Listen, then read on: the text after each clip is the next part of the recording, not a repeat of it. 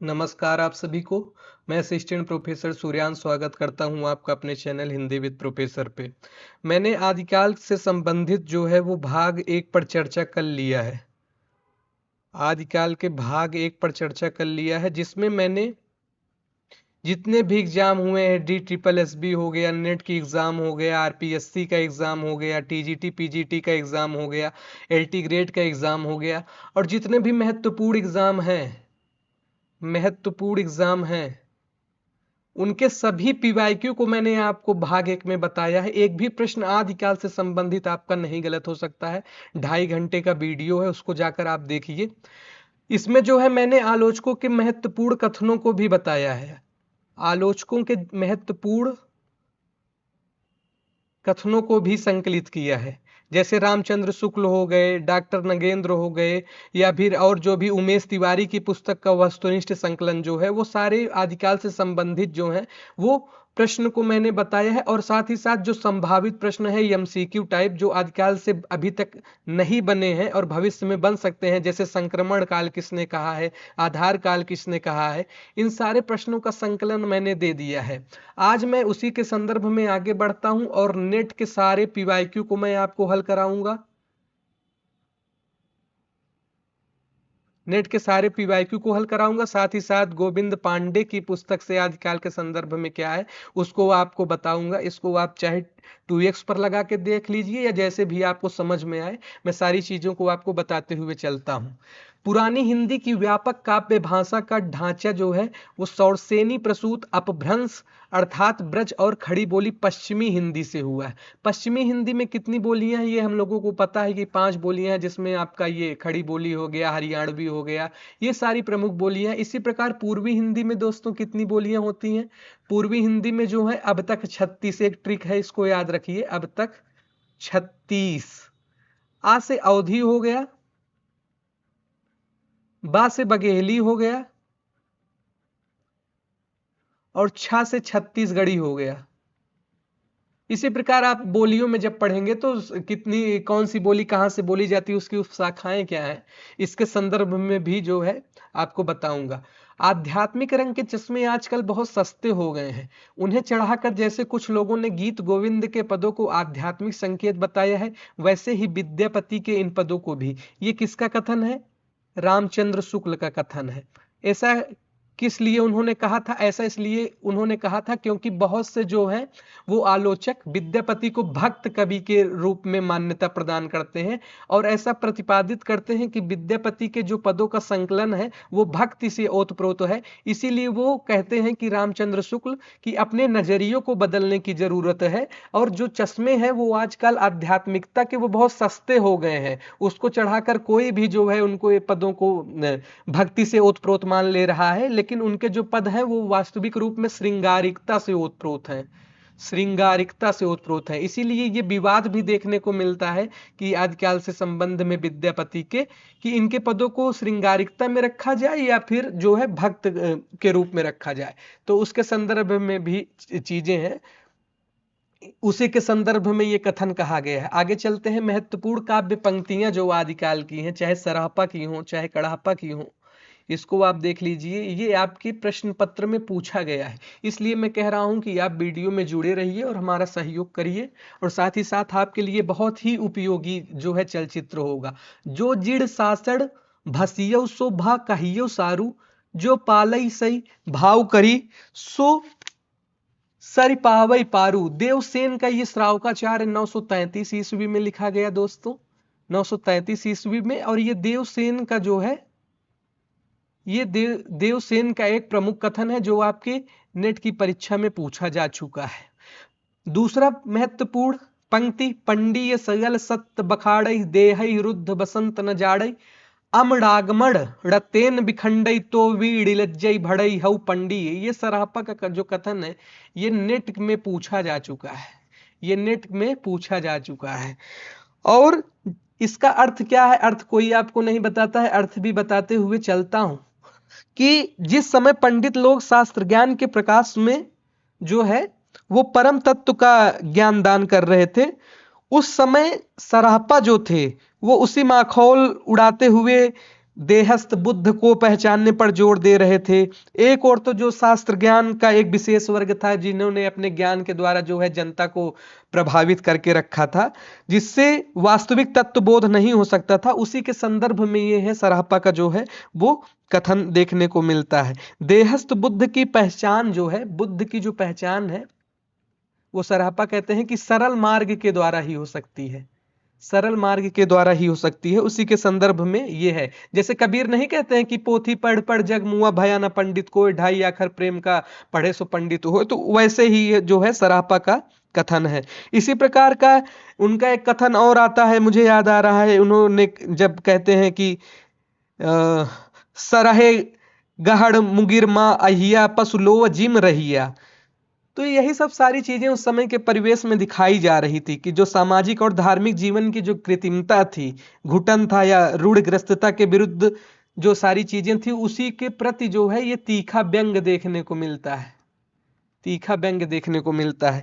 आगे चलते हैं कि जय मन पवन न संचरई रवि सस नहीं पवेश, ताहि वत वित्त विषाम कर सरह कहियो उवेश, कि जय मन पवन न संचरई रवि सस्य नहीं पवेश, ताहि वत वित्त विषाम करु सरह कहें उवेश। ये भी सराहपा का महत्वपूर्ण लखनऊ पीएचडी में जो है आपका ये प्रश्न पूछा जा चुका है। और घोर आधारे चंदमणि जिम उज्जेजो करो परम महासुख ए सुकड़े दूरी अशेष हरे, ये भी सराहपा का है। ये सब जो है आध्यात्मिक वानियों से संबंधित इनके महत्वपूर्ण पद हैं, जिसमें जो है उस समय के अपने सांप्रदायिक शिक्षा को प्रकाशित करने के साथ साथ अपने चमत्कार इत्यादि को जो है चीजों को प्रदर्शित करने का प्रयास किया गया है। इसी प्रकार हम आगे चलते हैं कि कावा तरवम पंच बिडाल, ये भी लुइपा का महत्वपूर्ण कथन है। और भाव न होई अभाव उड़ जाई, ये भी लुइपा का जो है वो महत्वपूर्ण कथन है। आगे चलते हैं सहजे थर करि वारुड़ी साध, ये विरूपा का कथन है, ये विरूपा का कथन है।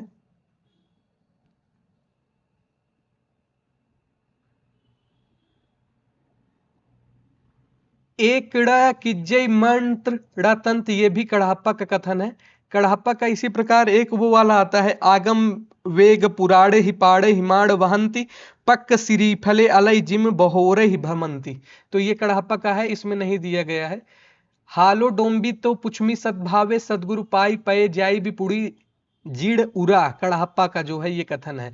और ये तो प्रसिद्ध कथन है कि भल्ला हुआ जो मारिया भेड़ हमारा कंत, लज्जेजम तो वैसे गई हूँ भागा आवा जिगंत, ऐसे ही है, भल्ला हुआ जो मारिया, भला हुआ कि मेरा पति जो है मारा गया, यदि वह पराजित होकर आता तो मैं भी अपने समवयस्काओं अर्थात सहेलियों में लज्जित होती।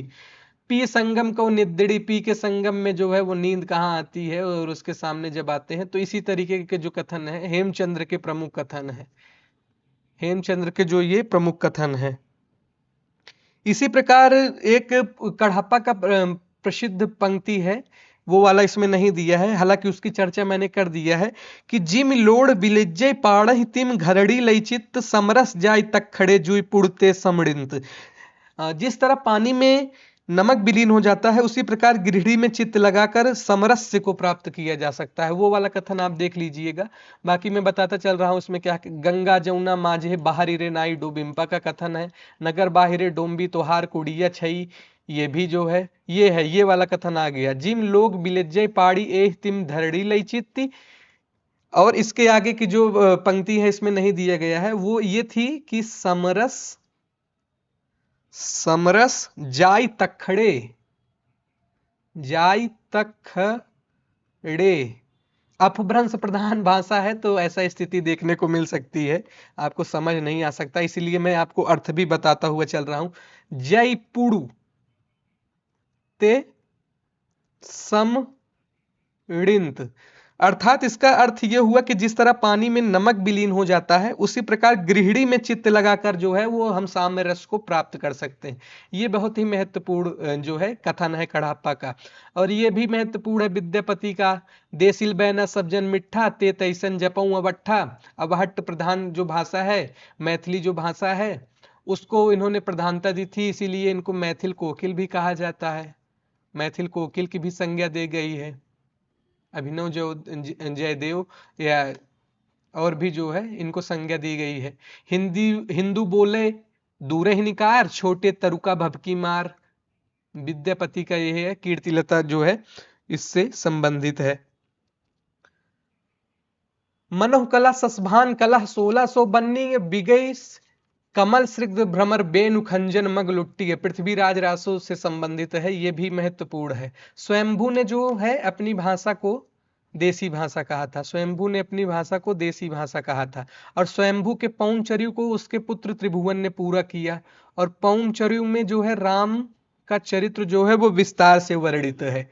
शिव सिंह सेंगर ने अपने ग्रंथ शिव सिंह सरोज में किसी पुरानी अनुश्रित के आधार पर 7वीं शताब्दी के पुष्य या पुंड कवि को हिंदी का प्रथम कवि कहा है। तो शिव सिंह सेंगर ने किसे हिंदी का प्रथम कवि कहा है?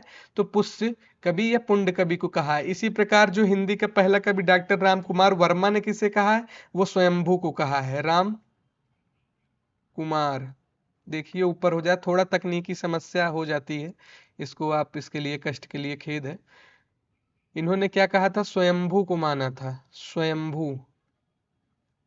आगे चलते हैं। आचार्य हजारी प्रसाद द्विवेदी के अनुसार यह पुष्य संभवतः अपभ्रंश का प्रसिद्ध कवि पुष्यदंत है, जिसका आविर्भाव 9वीं शताब्दी में हुआ था। और ये स्वयंभू का जो मैंने बताया, इनकी एक रचना है पौंचर्यु। पौंचर्यु जो है इसकी कथा जो है पौंचर्यु, इसकी जो कथा है वो राम कथा से संबंधित है, राम कथा से संबंधित है। और इनके संदर्भ में एक बच्चन सिंह का कथन याद आ रहा है कि स्वयंभू के जो राम है वो यथार्थ के धरती पर खड़े थे, और तुलसी के जो राम है वो आदर्श की धरती पर खड़े थे। स्वयंभू के जो राम है, स्वयंभू के राम यथार्थ की धरती पर खड़े थे। इसको आप देख लीजिएगा, बच्चन सिंह का ये कोटेशन है महत्वपूर्ण, इसलिए मैं आपको आलोचकों के अनुसार महत्वपूर्ण कथनों को भी बता रहा हूं। ये किसी परीक्षा में पूछा गया था, किसी असिस्टेंट प्रोफेसर में, तो मुझे याद आ गया, इसको मैं आपको बता दे रहा हूं। ये बच्चन सिंह का कथन है। आगे चलते हैं कि सर्वमान्य धारणा है कि पुष्यदंत का आविर्भाव जो है वो 10वीं सदी में हुआ। पुष्यदंत की प्रमुख रचनाएं 63 महापुरुष गूढ़ालंकार, हृदय कुमार चर्यु, जसाहर चर्यु जो है वो महत्वपूर्ण है, किसी परीक्षा में पूछी गई है। पुष्यदंत के 63 महापुरुष गूढ़ालंकार को ही महापुराण नाम से जाना जाता है। महापुराण में 63 महापुरुषों का जीवन वर्णित है। पुष्यदंत ने अपने चरित काव्यों में चौपाई छंद का प्रयोग किया है। कौन सा छंद का प्रयोग किया है? चौपाई छंद का प्रयोग किया है। और पुष्यदंत स्वयं को जो है वो अभिमान मेरु कहते थे। क्या कहते थे? अभिमान मेरु। इसको आप देख लीजिएगा, ये भी हालांकि मैं पहले इस पर सब पे चर्चा कर लिया हूं, लेकिन इसमें भी मैं आपको बता दे रहा हूं।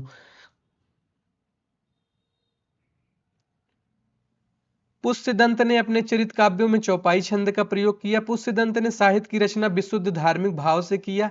अपभ्रंश, अच्छा यहाँ पे आगे है अभिमान मेरु। अपभ्रंश और अवाहट्ट में चौपाई 15 मात्राओं का छंद था। पुष्यदंत को हिंदी का भवभूति कहा जाता है। शिव सिंह सेगर ने भाखा की जड़ पुष्य कवि को कहा। पुष्यदंत ने स्वयं को अभिमान मेरु, काव्य रत्नाकर, कविकुल तिलक आदि उपाधियों से जो है वो विभूषित किया है। हरिसेन ने अपनी धम्म परीक्षा में अपभ्रंश के 3 कवि माने हैं, चतुर्मुख, स्वयंभू और पुष्यदंत। ये जो है प्रमुख जो है उस समय के आपके कवि हो गए। स्वयंभू ने चतुर्मुख को पद्धड़िया बंद का प्रवर्तक तथा सर्वश्रेष्ठ कवि कहा है। पद्धरी 16 मात्रा का मात्रिक छंद है। जिस प्रकार चौपाई में जो है वो 16 मात्राएं होती हैं, दोहा और सोरठा में अलग नियम है कि 13 और जो है ये मात्राएं रहेंगी, उसी प्रकार पद्धरी एक छंद था, उसमें ये सारी चीजें दी गई हैं। अच्छा, एक स्वयंभू के संदर्भ में डॉक्टर बच्चन सिंह का कथन किसी परीक्षा में पूछा गया था। ध्यान से सुनिए, इस पर लिखना तो पॉसिबल नहीं है, हालांकि मैं साइड में लिख दे रहा हूं, यहाँ पे मैं लिख दे रहा हूं। स्वयंभू की जो सहृदयता है, स्वयंभू की सहृदयता वह पुष्पदंत को नहीं मिली थी, पुष्पदंत को नहीं मिली थी, नहीं मिली थी। वे माघ की तरह पंडित कवि थे जिसमें अलंकारिता का जो है, अलंकारिता का प्राधान्य है। वे माघ की तरह पंडित कवि थे।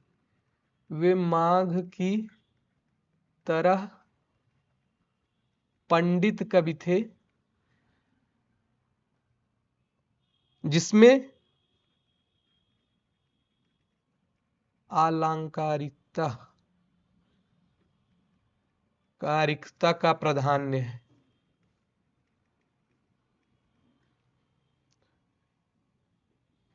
इसको, ये जो कथन है ये डॉक्टर बच्चन सिंह का कथन है, इसको आप नोट कर लीजिए। जितना भी ये महत्वपूर्ण कथन बता रहा हूं इसी तरीके से आपके बच्चन सिंह की किताब, जैसे कुछ लोग कहते हैं ना बहुत मोटी किताब है उसको सर कैसे पढ़े, तो सारे जो महत्वपूर्ण कथन है उसको आपको बताते हुए चल रहा हूं। ये सारी चीजें आपको कहीं मिलेंगी नहीं, एक साथ आपको संकलन करके दे रहा हूं। आगे चलते हैं। पुष्यदंत मानखेड़ के प्रतापी राजा कर्ण के महात्म भीम के सभा कवि थे और धनपाल वाक के पतिराज मुंज के कवि सभा रत्न थे जिन्हें मुंज ने सरस्वती की जो है उपाधि दी।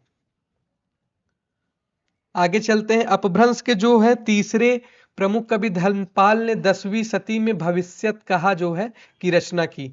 12वीं शताब्दी में जिनदत्त सूर्य द्वारा लिखित ग्रंथ उपदेश रसायन 1114 को जैन राष्ट्र काव्य परंपरा का प्रथम ग्रंथ माना जाता है। किसको? उपदेश रसायन को। उपदेश रसायन अपभ्रंश भाषा का जो है वो प्रथम रास काव्य है। रास काव्य परंपरा का हिंदी में परिवर्तन करने वाले जो है उनका श्रेय किसको जाता है? भरतेश्वर बाहुबली रास के रचयिता जो श्री शालिभद्र सूर्य जी हैं उनको जाता है। शालिभद्र सूर्य द्वारा भरतेश्वर बाहुबली कब लिखा गया था? तो 1184 ईस्वी में लिखा गया था। कब लिखा गया था? 1184 ईस्वी में लिखा गया था। आगे चलते हैं।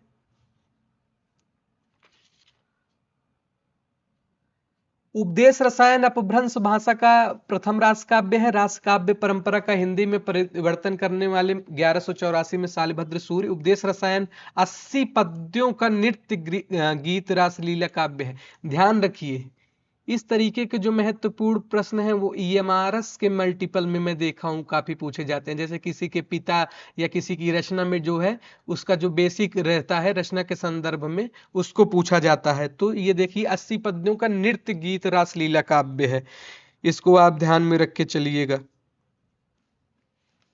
देसी भाषा में किसी मुसलमान द्वारा लिखित प्रथम काव्य ग्रंथ संदेश रासक है। संदेश रासक है। और संदेश रासक जो है एक अपभ्रंश की रचना है। यह रचना मुल्तान के क्षेत्र से संबंधित है। इसमें 233 छंद है और यह रचना जो है विप्रलभ श्रृंगार से संबंधित है और 12वीं शताब्दी का उत्तरार्ध और 13वीं शताब्दी का इसका आरंभ माना जाता है। 12वीं शताब्दी का उत्तरार्ध और 13वीं शताब्दी का आरंभ माना जाता है। आगे चलते हैं कि मुनिराम सिंह जैन साहित्य में सर्वश्रेष्ठ रहस्यवादी कवि माने जाते हैं। अपभ्रंश में दोहा काव्य का आरंभ 6वीं शताब्दी के कवि ज्वेंदु, इनकी जो रचना है परमात्म प्रकाश और योगसार, इंपॉर्टेंट रचना परमात्म प्रकाश और योगसार। जॉर्ज ग्रियर्सन ने आदिकाल के अंतर्गत 9 कवियों को शामिल किया जिसमें पुष्य कवि खुमान सिंह, केदार, कुमारपाल, अनन्यदास, चंद्र, जगनिक, सारंगधर एवं जोधराज। मिश्र बंधुओं ने मिश्र बंधु विनोद के प्रथम संस्करण में आरंभिक काल के अंतर्गत 19 कवियों को स्थान दिया है। मिश्र बंधु विनोद कब आया था?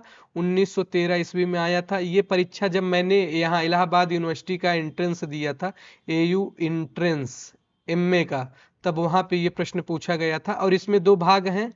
एक भाग 1934 में प्रकाशित हुआ है, नहीं शायद 4 भाग हैं, इसको आप देख लीजिएगा। एक 1934 में आया था तो वो प्रश्न पूछा जा चुका है इसमें। आगे चलते हैं। 19 का भी इनसे कोई मतलब बहुत नहीं है। आगे चलते हैं। इनकी रचना देख लीजिए। नल्ल सिंह की जो है विजयपाल रासो, सारंगधर का हमीर रासो और मुल्ला दाऊद का हम लोग जानते हैं कि नूकर चंदा की प्रेम कहानी चंदायन। ये चंदायन जो रचना है इसको लिख दे रहा हूं, यहाँ पे अलग लिखा है चंदायन। 1385 विक्रम संवत दिया है। इसको आप देखिए, इसमें गोविंद पांडे में कई त्रुटियां भी रहती हैं। गोविंद पांडे की पुस्तक में कुछ त्रुटियां हैं, उसको मैं दूर करते हुए चलता हूँ। ये शायद 1379 है। आगे चलते हैं। मिश्र बंधुओं ने अपने मिश्र बंधु विनोद के अगले संस्करणों में नाथ पंथियों और सिद्धों को सम्मिलित करते हुए इनकी कवियों की संख्या कितनी पहुंचा दी? 75 पहुंचा दी। आगे चलते हैं। आचार्य रामचंद्र शुक्ल ने अपने इतिहास में आदिकालीन रचनाओं को 2 वर्गों में विभक्त किया, एक अपभ्रंश और एक देश भाषा। आचार्य शुक्ल ने 12 रचनाओं को ही साहित्य में स्थान दिया। अपभ्रंश में विजयपाल रासो, हम्मीर रासो, कीर्तिलता और कीर्ति पताका को माना है, और देश भाषा काव्य की रचनाओं में खुमान रासो, बीसल देव रासो, पृथ्वीराज रासो, जयचंद्र प्रकाश, जय मयंक, जस चंद्रिका, परमाल रासो, खुसरो की पहेलियां और विद्यापति की पदावली हैं। जिन रचनाओं को आधार बना के उन्होंने वीरगाथा काल कहा था उसके संदर्भ में पहले चर्चा कर लिया हूं, उसको आप जाके देखिए। आदिकाल के अंतर्गत हजारी प्रसाद द्विवेदी ने 9 कवियों को शामिल किया है। आगे चलते हैं। हेमचंद्र गुजरात के सोलंकी राजा सिद्धराज जयसिंह और उनके भतीजे कुमार पाल के राज दरबार में थे, और आचार्य के व्याकरण का नाम सिद्ध हेमचंद्र शब्दानुशासन था। हेमचंद्र का व्याकरण सिद्ध हेम नाम से प्रसिद्ध था। ये सब बहुत महत्वपूर्ण नहीं है। हेमचंद्र के अन्य पुस्तकों में ये जो देसी नाममाला कोश है और कुमार पाल चरित्र है, ये सब महत्वपूर्ण है। हेमचंद्र को प्राकृत का पाणिनि माना जाता है, ये महत्वपूर्ण है। हेमचंद्र को जो है वो प्राकृत का पाणिनि माना जाता है। और इनको जैसे इनका एक महत्वपूर्ण कथन यहाँ याद आ गया, पंक्ति थी इनकी, सिर जरखंडी लोवडी गली मड़ियड़ा न 20 तो वी गोडट्ठा कराविया मुद्दहे उ 22। नायिका के सिर पर फटा पुराना वस्त्र है, गले में 10-20 गुरियों की माला भी नहीं है, फिर भी मुग्धा नायिका का अप्रतिम सौंदर्य गोष्ठ के रसिकों को उठक बैठक कराता है। इसी को कहते हैं अनलंकृत पुनः क्वापी। ये जो मम्मट वाला है, इसको आप ये जो है ये किसी परीक्षा में पूछा गया कथन है, तो इसको मैं आपको लिखवा दे रहा हूं। ये बच्चन सिंह का कथन है, बच्चन सिंह। इसी तरीके के और भी जो डॉक्टर नगेंद्र से संबंधित भी इनका एक कथन था हेमचंद्र का, उसको अभी याद नहीं आ रहा है।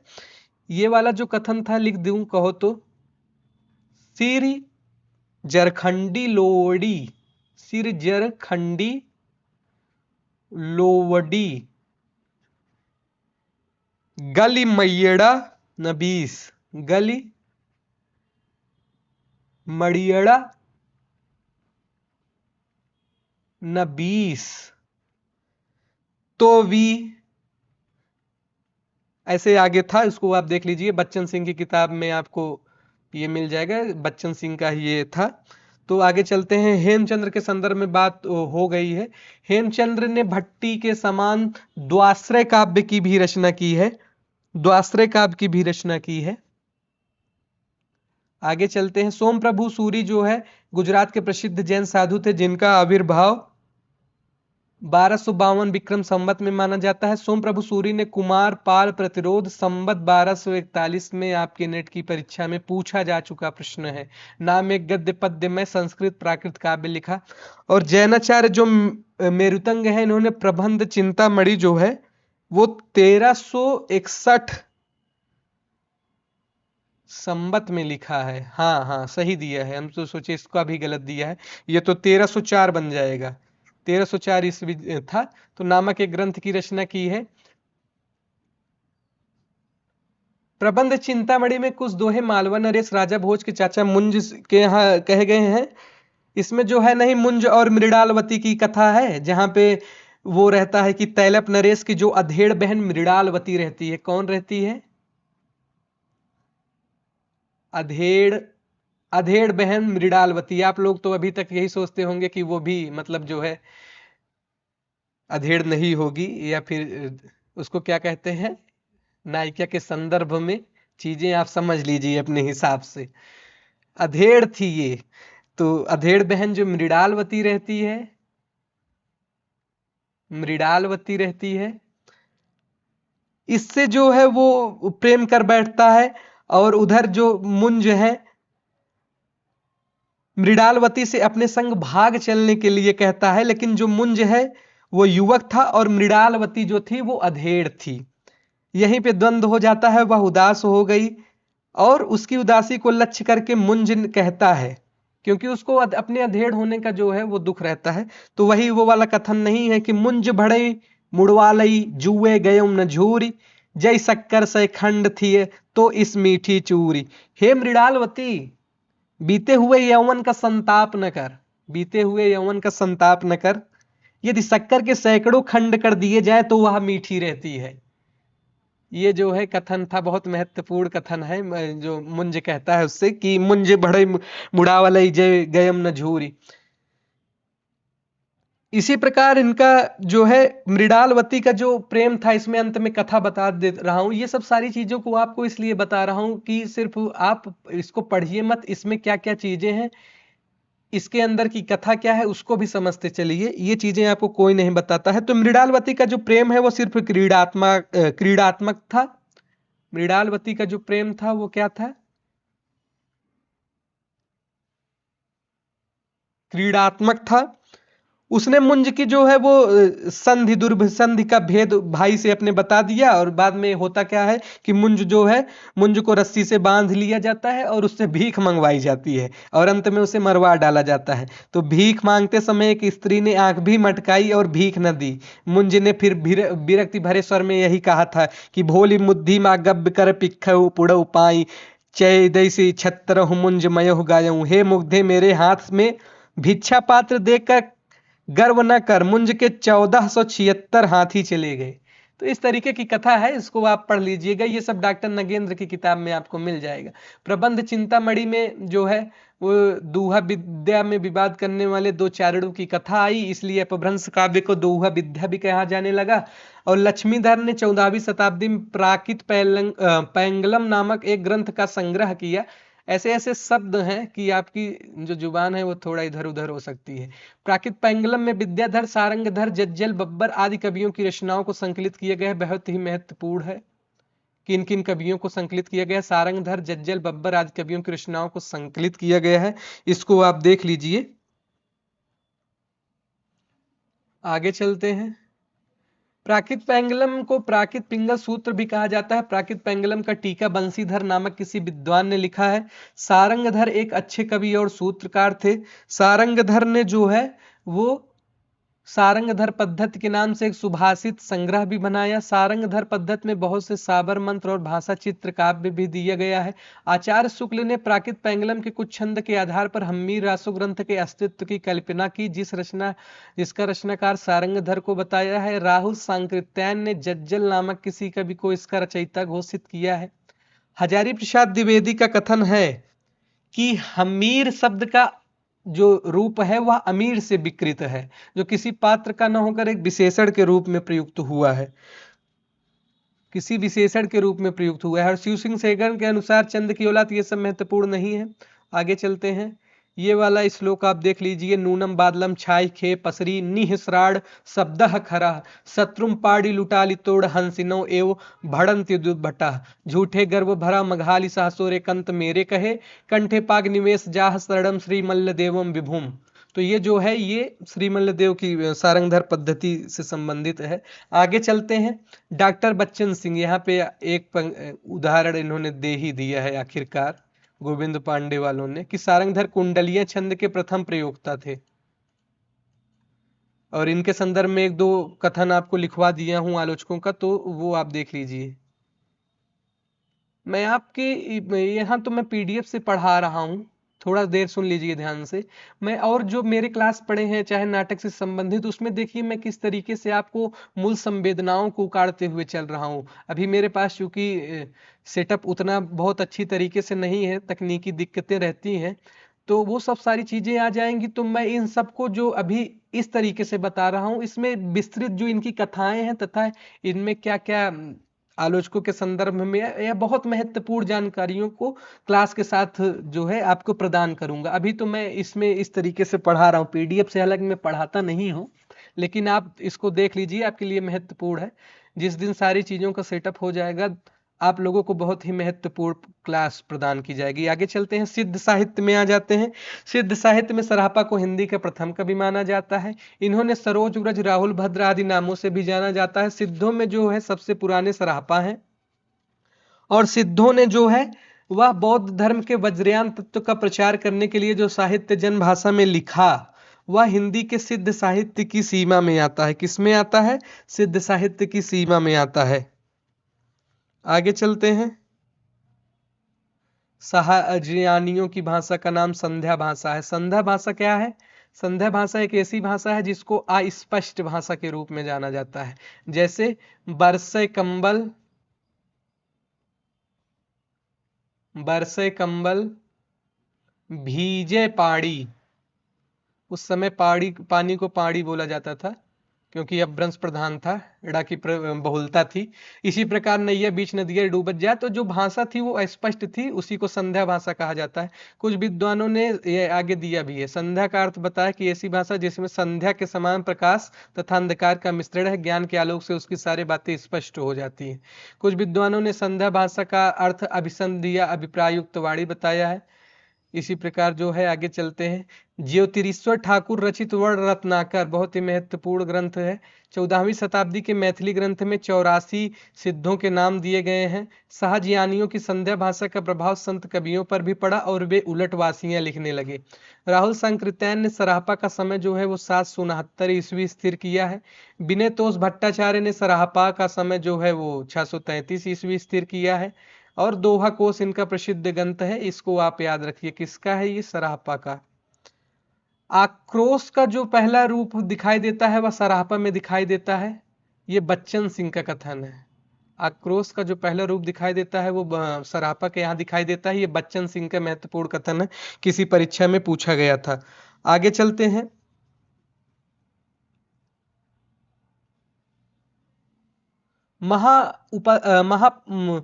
महोपाध्याय हरप्रसाद शास्त्री ने बौद्ध गान और दोहा में सराहपा और कृष्णाचार्य का दोहा जो है वो संग्रहित किया है।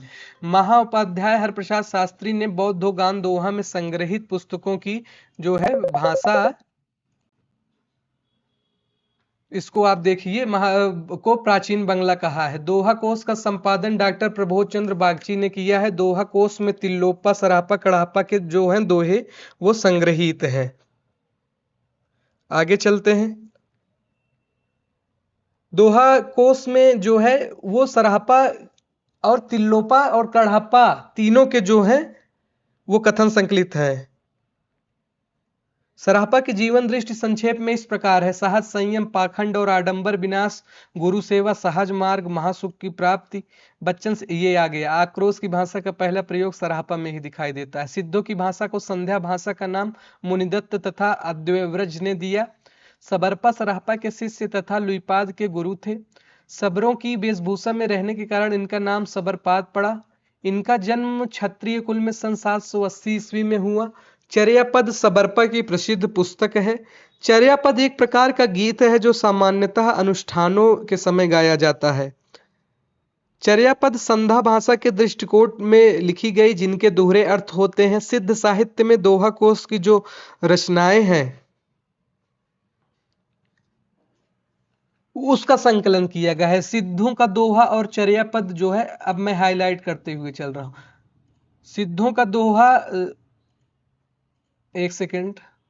सिद्धों का दोहा और चर्यापद संत साहित्य में क्रमशः साखी और शब्दी में किंचित रूपांतरित हो गया है। लुईपा का जन्म जो है वो दिया गया है। लुईपा सबरपा के शिष्य थे। ये सारी चीजों को यहाँ पे दिया गया है। 84 सिद्धों में लुईपा का जो है स्थान सबसे ऊंचा माना जाता है। लुईपा साधना में इतने ऊंचे थे कि उड़ीसा के राजा दारकीपा और उनके मंत्री डोंगीपा इनके शिष्य हो गए। ये सारी चीजें इंपॉर्टेंट नहीं है। यहाँ पे इनके जो ग्रंथ हैं उसको आप देख लीजिए। कड़ाहपा सिद्धों में सर्वश्रेष्ठ विद्वान तथा सबसे बड़े कवि थे। कड़ाहपा का जन्म कर्नाटक के ब्राह्मण वंश में हुआ। कड़ाहपा पांडित्य और कवित्व में बेजोड़ थे। राहुल सांकृत्यायन के अनुसार ये देख लीजिएगा। कड़ाहपा बिहार के सोमुरी स्थान पर रहते थे तथा इन गुरु, ये सब महत्वपूर्ण नहीं है। जैन साहित्य में चलते हैं।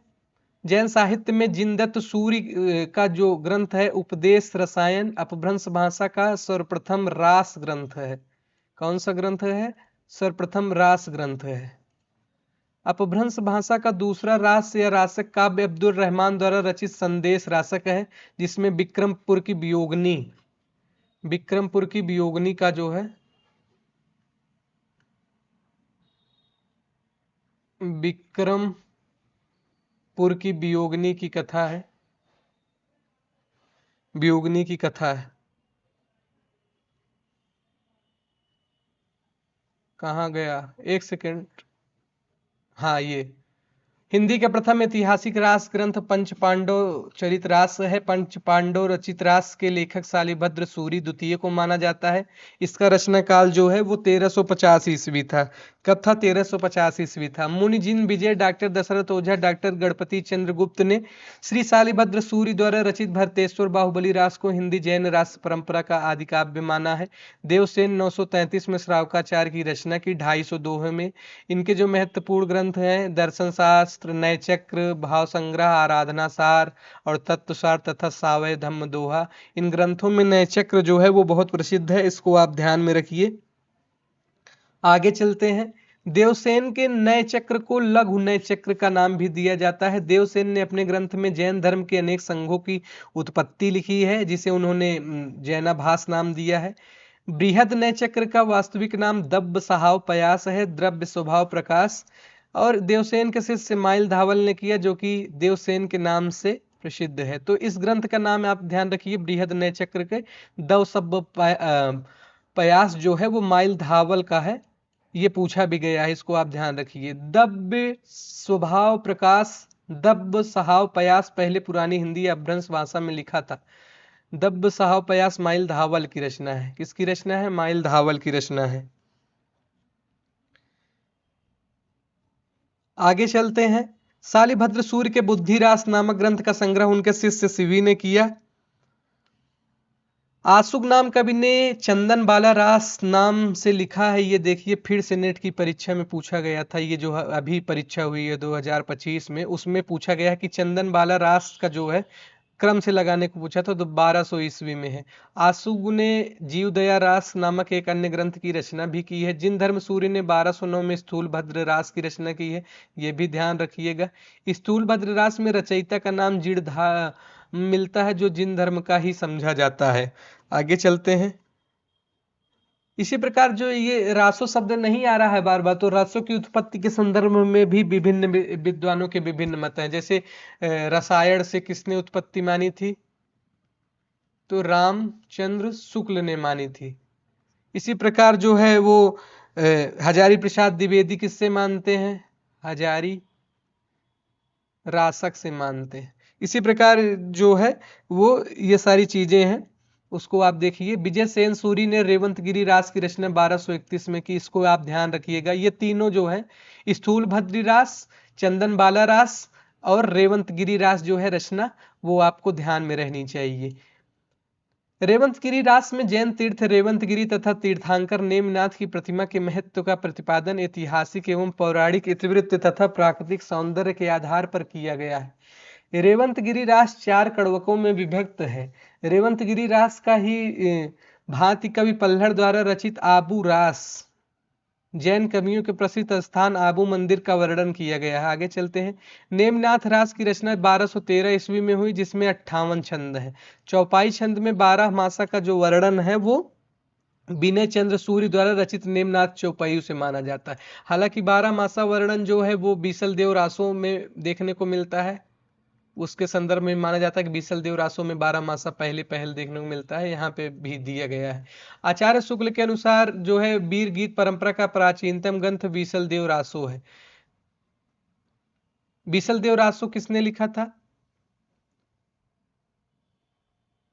नरपति नाल,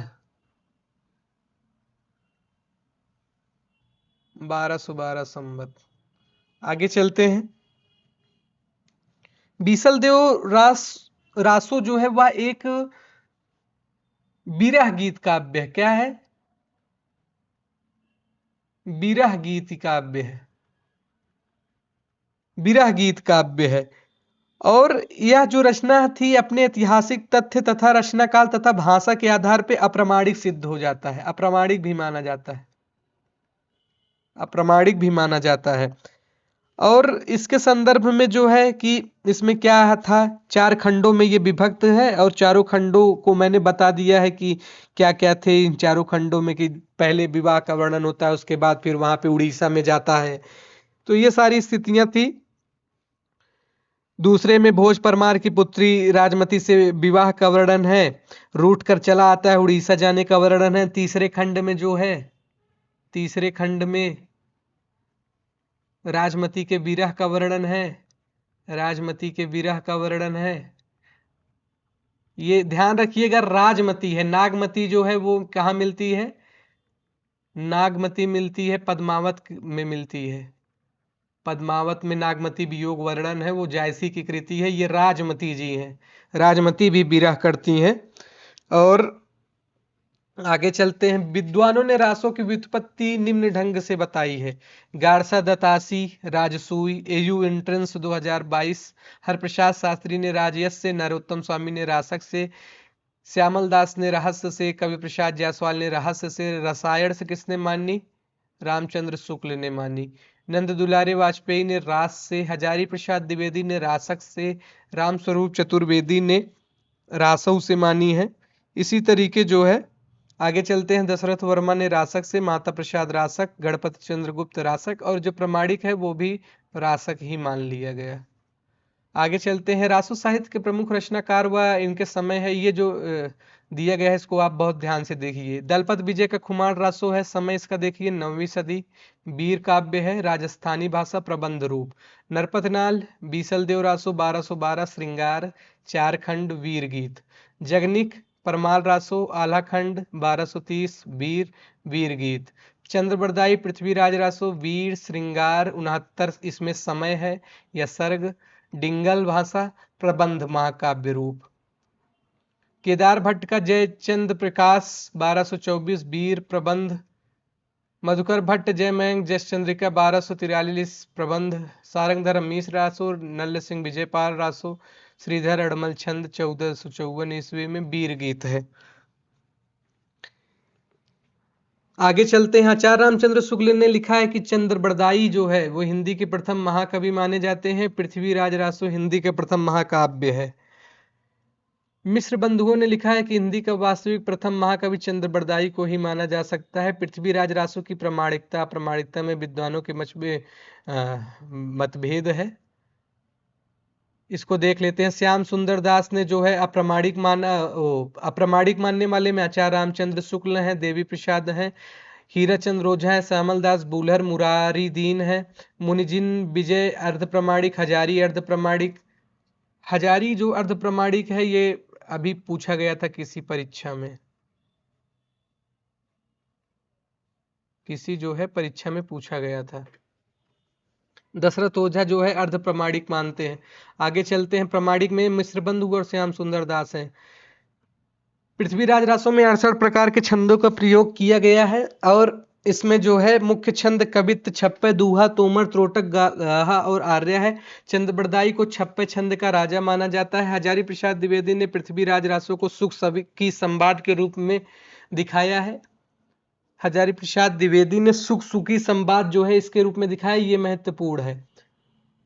पृथ्वीराज रासो को चंद्रबरदाई के पुत्र जल्हड़ ने पूरा किया। डॉक्टर बच्चन सिंह लिखते हैं, पृथ्वीराज रासो एक राजनीतिक महाकाव्य है। दूसरे शब्दों में राजनीतिक की महाकाव्यात्मक त्रासदी है। बहुत ही महत्वपूर्ण कथन है कि यह राजनीतिक महाकाव्य। हिंदी में सर्वप्रथम 12 मासा का वर्णन नरपति नालकृत बीसल देव रासो में मिलता है। कैमासवध पृथ्वीराज रासो का एक महत्वपूर्ण सर्ग है जो कि कई जगह संकलित भी है, जैसे नेटोट में। आचार्य शुक्ल ने वीर काव्य परंपरा का प्रथम ग्रंथ बीसल देव रासो को स्वीकार किया है। तो वीर काव्य का प्रथम ग्रंथ बीसल देव रासो को स्वीकार किया है। ये चलते हैं, परमाल रासो में आल्हा उदल नामक 2 सरदारों की वीरता का वर्णन है। आलखंड को सर्वप्रथम फर्रुखाबाद के तत्कालीन जो जिलाधीश थे चार्ल्स इलियट ने प्रकाशित करवाया। ये भी महत्वपूर्ण है। आला खंड कब गाया जाता है? बरसात ऋतु में गाया जाता है। LT ग्रेड में पूछा गया है। आगे चलते हैं, विद्यापति का समय 1350 से 1450। पंडित हरि मिश्र विद्यापति बिहार प्रांत के दरभंगा के बिपसी के निवासी थे और इनकी जो रचनाएं हैं उसको आप देख लीजिए। संस्कृत की सर्वस्व सार गंगा वाक्यवली, अवाहट में कीर्तिलता कीर्ति पताका फेमस है। मैथिली में पदावली गोरक्ष विजय है। कीर्तिलता में कीर्ति सिंह और कीर्ति पताका में शिव सिंह की वीरता और उदारता का चित्रण है। किसकी उदारता और वीरता का चित्रण है? विद्यापति के, जो उस समय जिनके अधीन थे शासक, राज दरबार में जिसके रहते थे उनकी जो है वीरता का इसमें वर्णन किया गया है। विद्यापति तिरहुत के राजा शिव सिंह और कीर्ति सिंह के जो है दरबारी कवि थे। आगे चलते हैं। विभिन्न विद्वानों ने विद्यापति को श्रृंगारी भक्त और रहस्यवादी कवि माना है, इसको आप देख लीजिएगा। इसमें जो कीर्तिलता रचना है, कीर्तिलता में कीर्ति सिंह के जो है उन प्रयत्नों का वर्णन है जिसके आधार पर उन्होंने तिरहुत का खोया हुआ राज्य पुनः प्राप्त किया था। कथा थोड़ा बहुत बताता चल रहा हूं आपको। तिरहुत के खोए हुए राज्य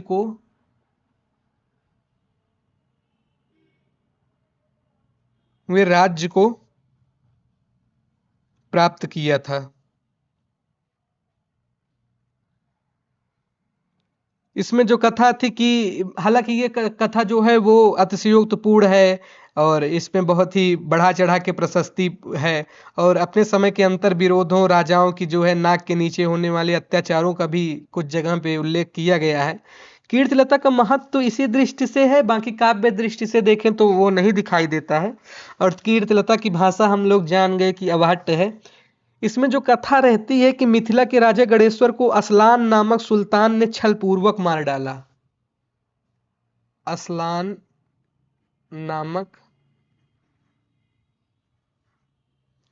नामक जो है सुल्तान ने छल पूर्वक मार डाला था और राजकुमार कीर्ति सिंह बाप की मृत्यु का बदला लेने और तिरहुत राज्य को जो है पुनः प्राप्त करने के लिए व्याकुल हो उठता है।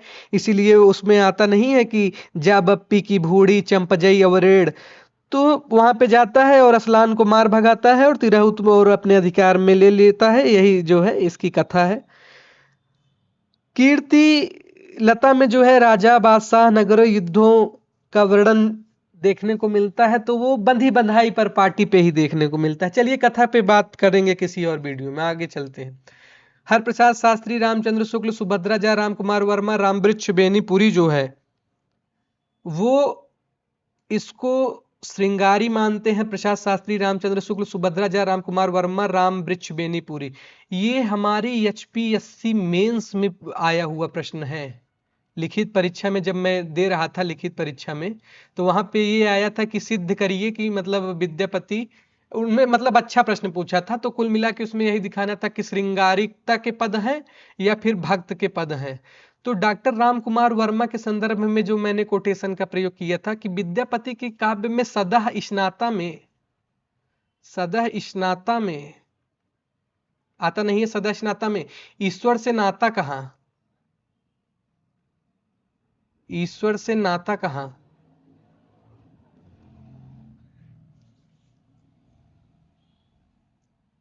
और रामचंद्र शुक्ल वाला पता ही, आध्यात्मिक रंग के चश्मे बहुत सस्ते हो गए। ये पूरा कथन नहीं याद आ रहा है, बहुत ही अच्छा कथन था। सदा स्नाता में ईश्वर से नाता कहां और संधि में ईश्वर से संधि कहां, ऐसे ही बहुत महत्वपूर्ण कथन था। चलिए उसको मैं डिस्क्रिप्शन में डाल दूंगा। और बच्चन सिंह ने विद्यापति को जो है वो जातीय कवि कहा था। और विद्यापति के संदर्भ में उनका एक कथन जैसे मैंने प्रयोग किया था कि विद्यापति कीर्तिलता में सामाजिक और साहित्यिक परंपरा का समर्थन करते हैं। कीर्तिलता और कीर्ति पताका में सामाजिक और साहित्यिक परंपरा का समर्थन करते हैं। सामाजिक और साहित्यिक परंपरा का समर्थन करते हैं।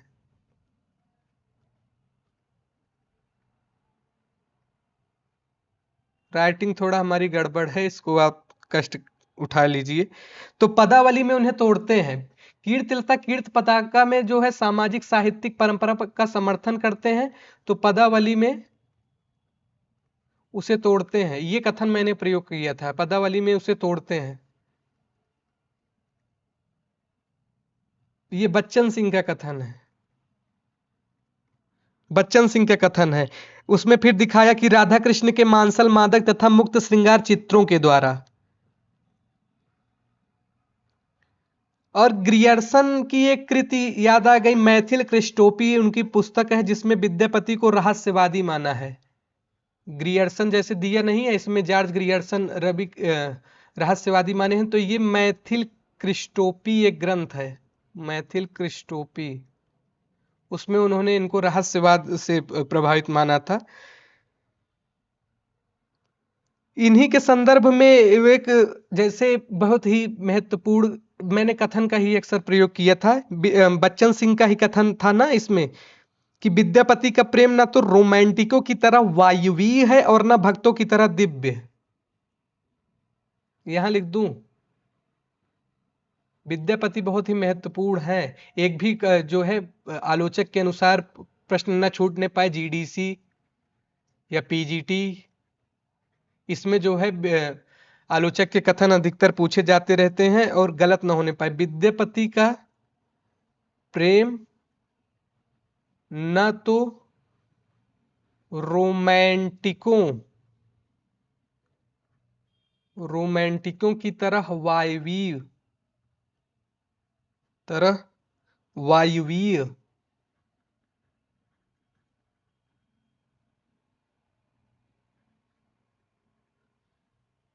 और न भक्तों की तरह दिव्य, और न भक्तों की तरह दिव्य, न भक्तों की तरह दिव्य। वे अपरूप के कवि हैं। किसके कवि हैं? अपरूप के कवि हैं। ये कथन पूछा भी जा चुका है, विद्यापति को अपरूप के कवि किसने कहा, या वे अपरूप के कवि हैं किसने कहा? तो ये बच्चन सिंह ने कहा है। आगे इसका कथन है, इसको तो जगह इसमें नहीं है, उसमें यह था कि उस रूप में वीर विक्षोभन की अद्भुत शक्ति है, तल्लीनता है और अतृप्त की गहरी क्षमता है। यह अपरूपता राधा रानी में नहीं, कृष्ण में भी है। इसीलिए वो वाला कथन नहीं है कि देख देख रूप राधा पार, देख देख रूप राधा पार, बिरह की आन मिलावन खित तन लावन सार, अंग ही अनंग अनंग मुरझाया थेरत पड़त अधीर, या सुधा मुख के बीर निर्मल बाला, अपरूप रूप मनो भाव मंगल त्रिभुवन विजयी माला। तो इस तरीके के जो है वो कथन आपको ध्यान में रखना है विद्यापति के संदर्भ में। विद्यापति को यहाँ पे दे भी दिया है, जाति कवि इन्होंने कहा है। तो ये प्रश्न जो था एचपीएससी मेंस में आया था। और भक्त कवि के अनुसार जैसे कथन मैंने डाला था, किसका कथन था इसमें? हजारी प्रसाद द्विवेदी का कोई महत्वपूर्ण कथन था। तो श्रृंगारी और भक्त, इसमें जो है द्वंद्व आप दिखा दीजिएगा। आगे चलते हैं। विद्यापति के प्रशंसकों ने कई उपाधियों से, विद्यापति शैव संप्रदाय के कवि थे, विद्यापति शैव संप्रदाय के जो है वो कवि थे। इसका जो है वो विरोध करते हैं। कौन करता है? कि विद्यापति को हमको कृष्ण भक्तों की परंपरा में न समझना चाहिए। ये रामचंद्र शुक्ल का जो है कथन है। आगे चलते हैं।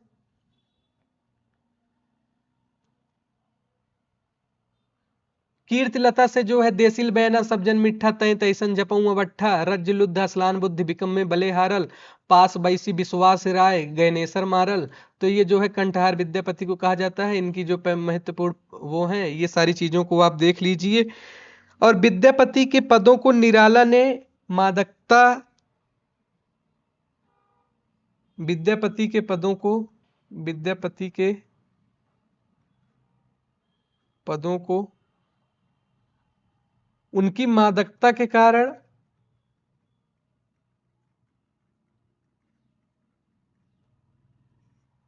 निराला ने नागिन की लहर कहा।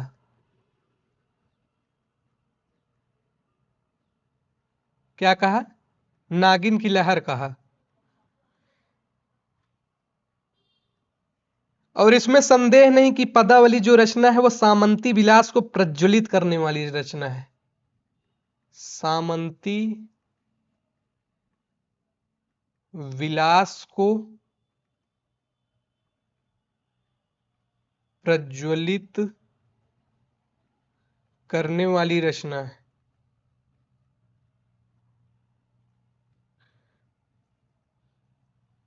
आगे चलते हैं।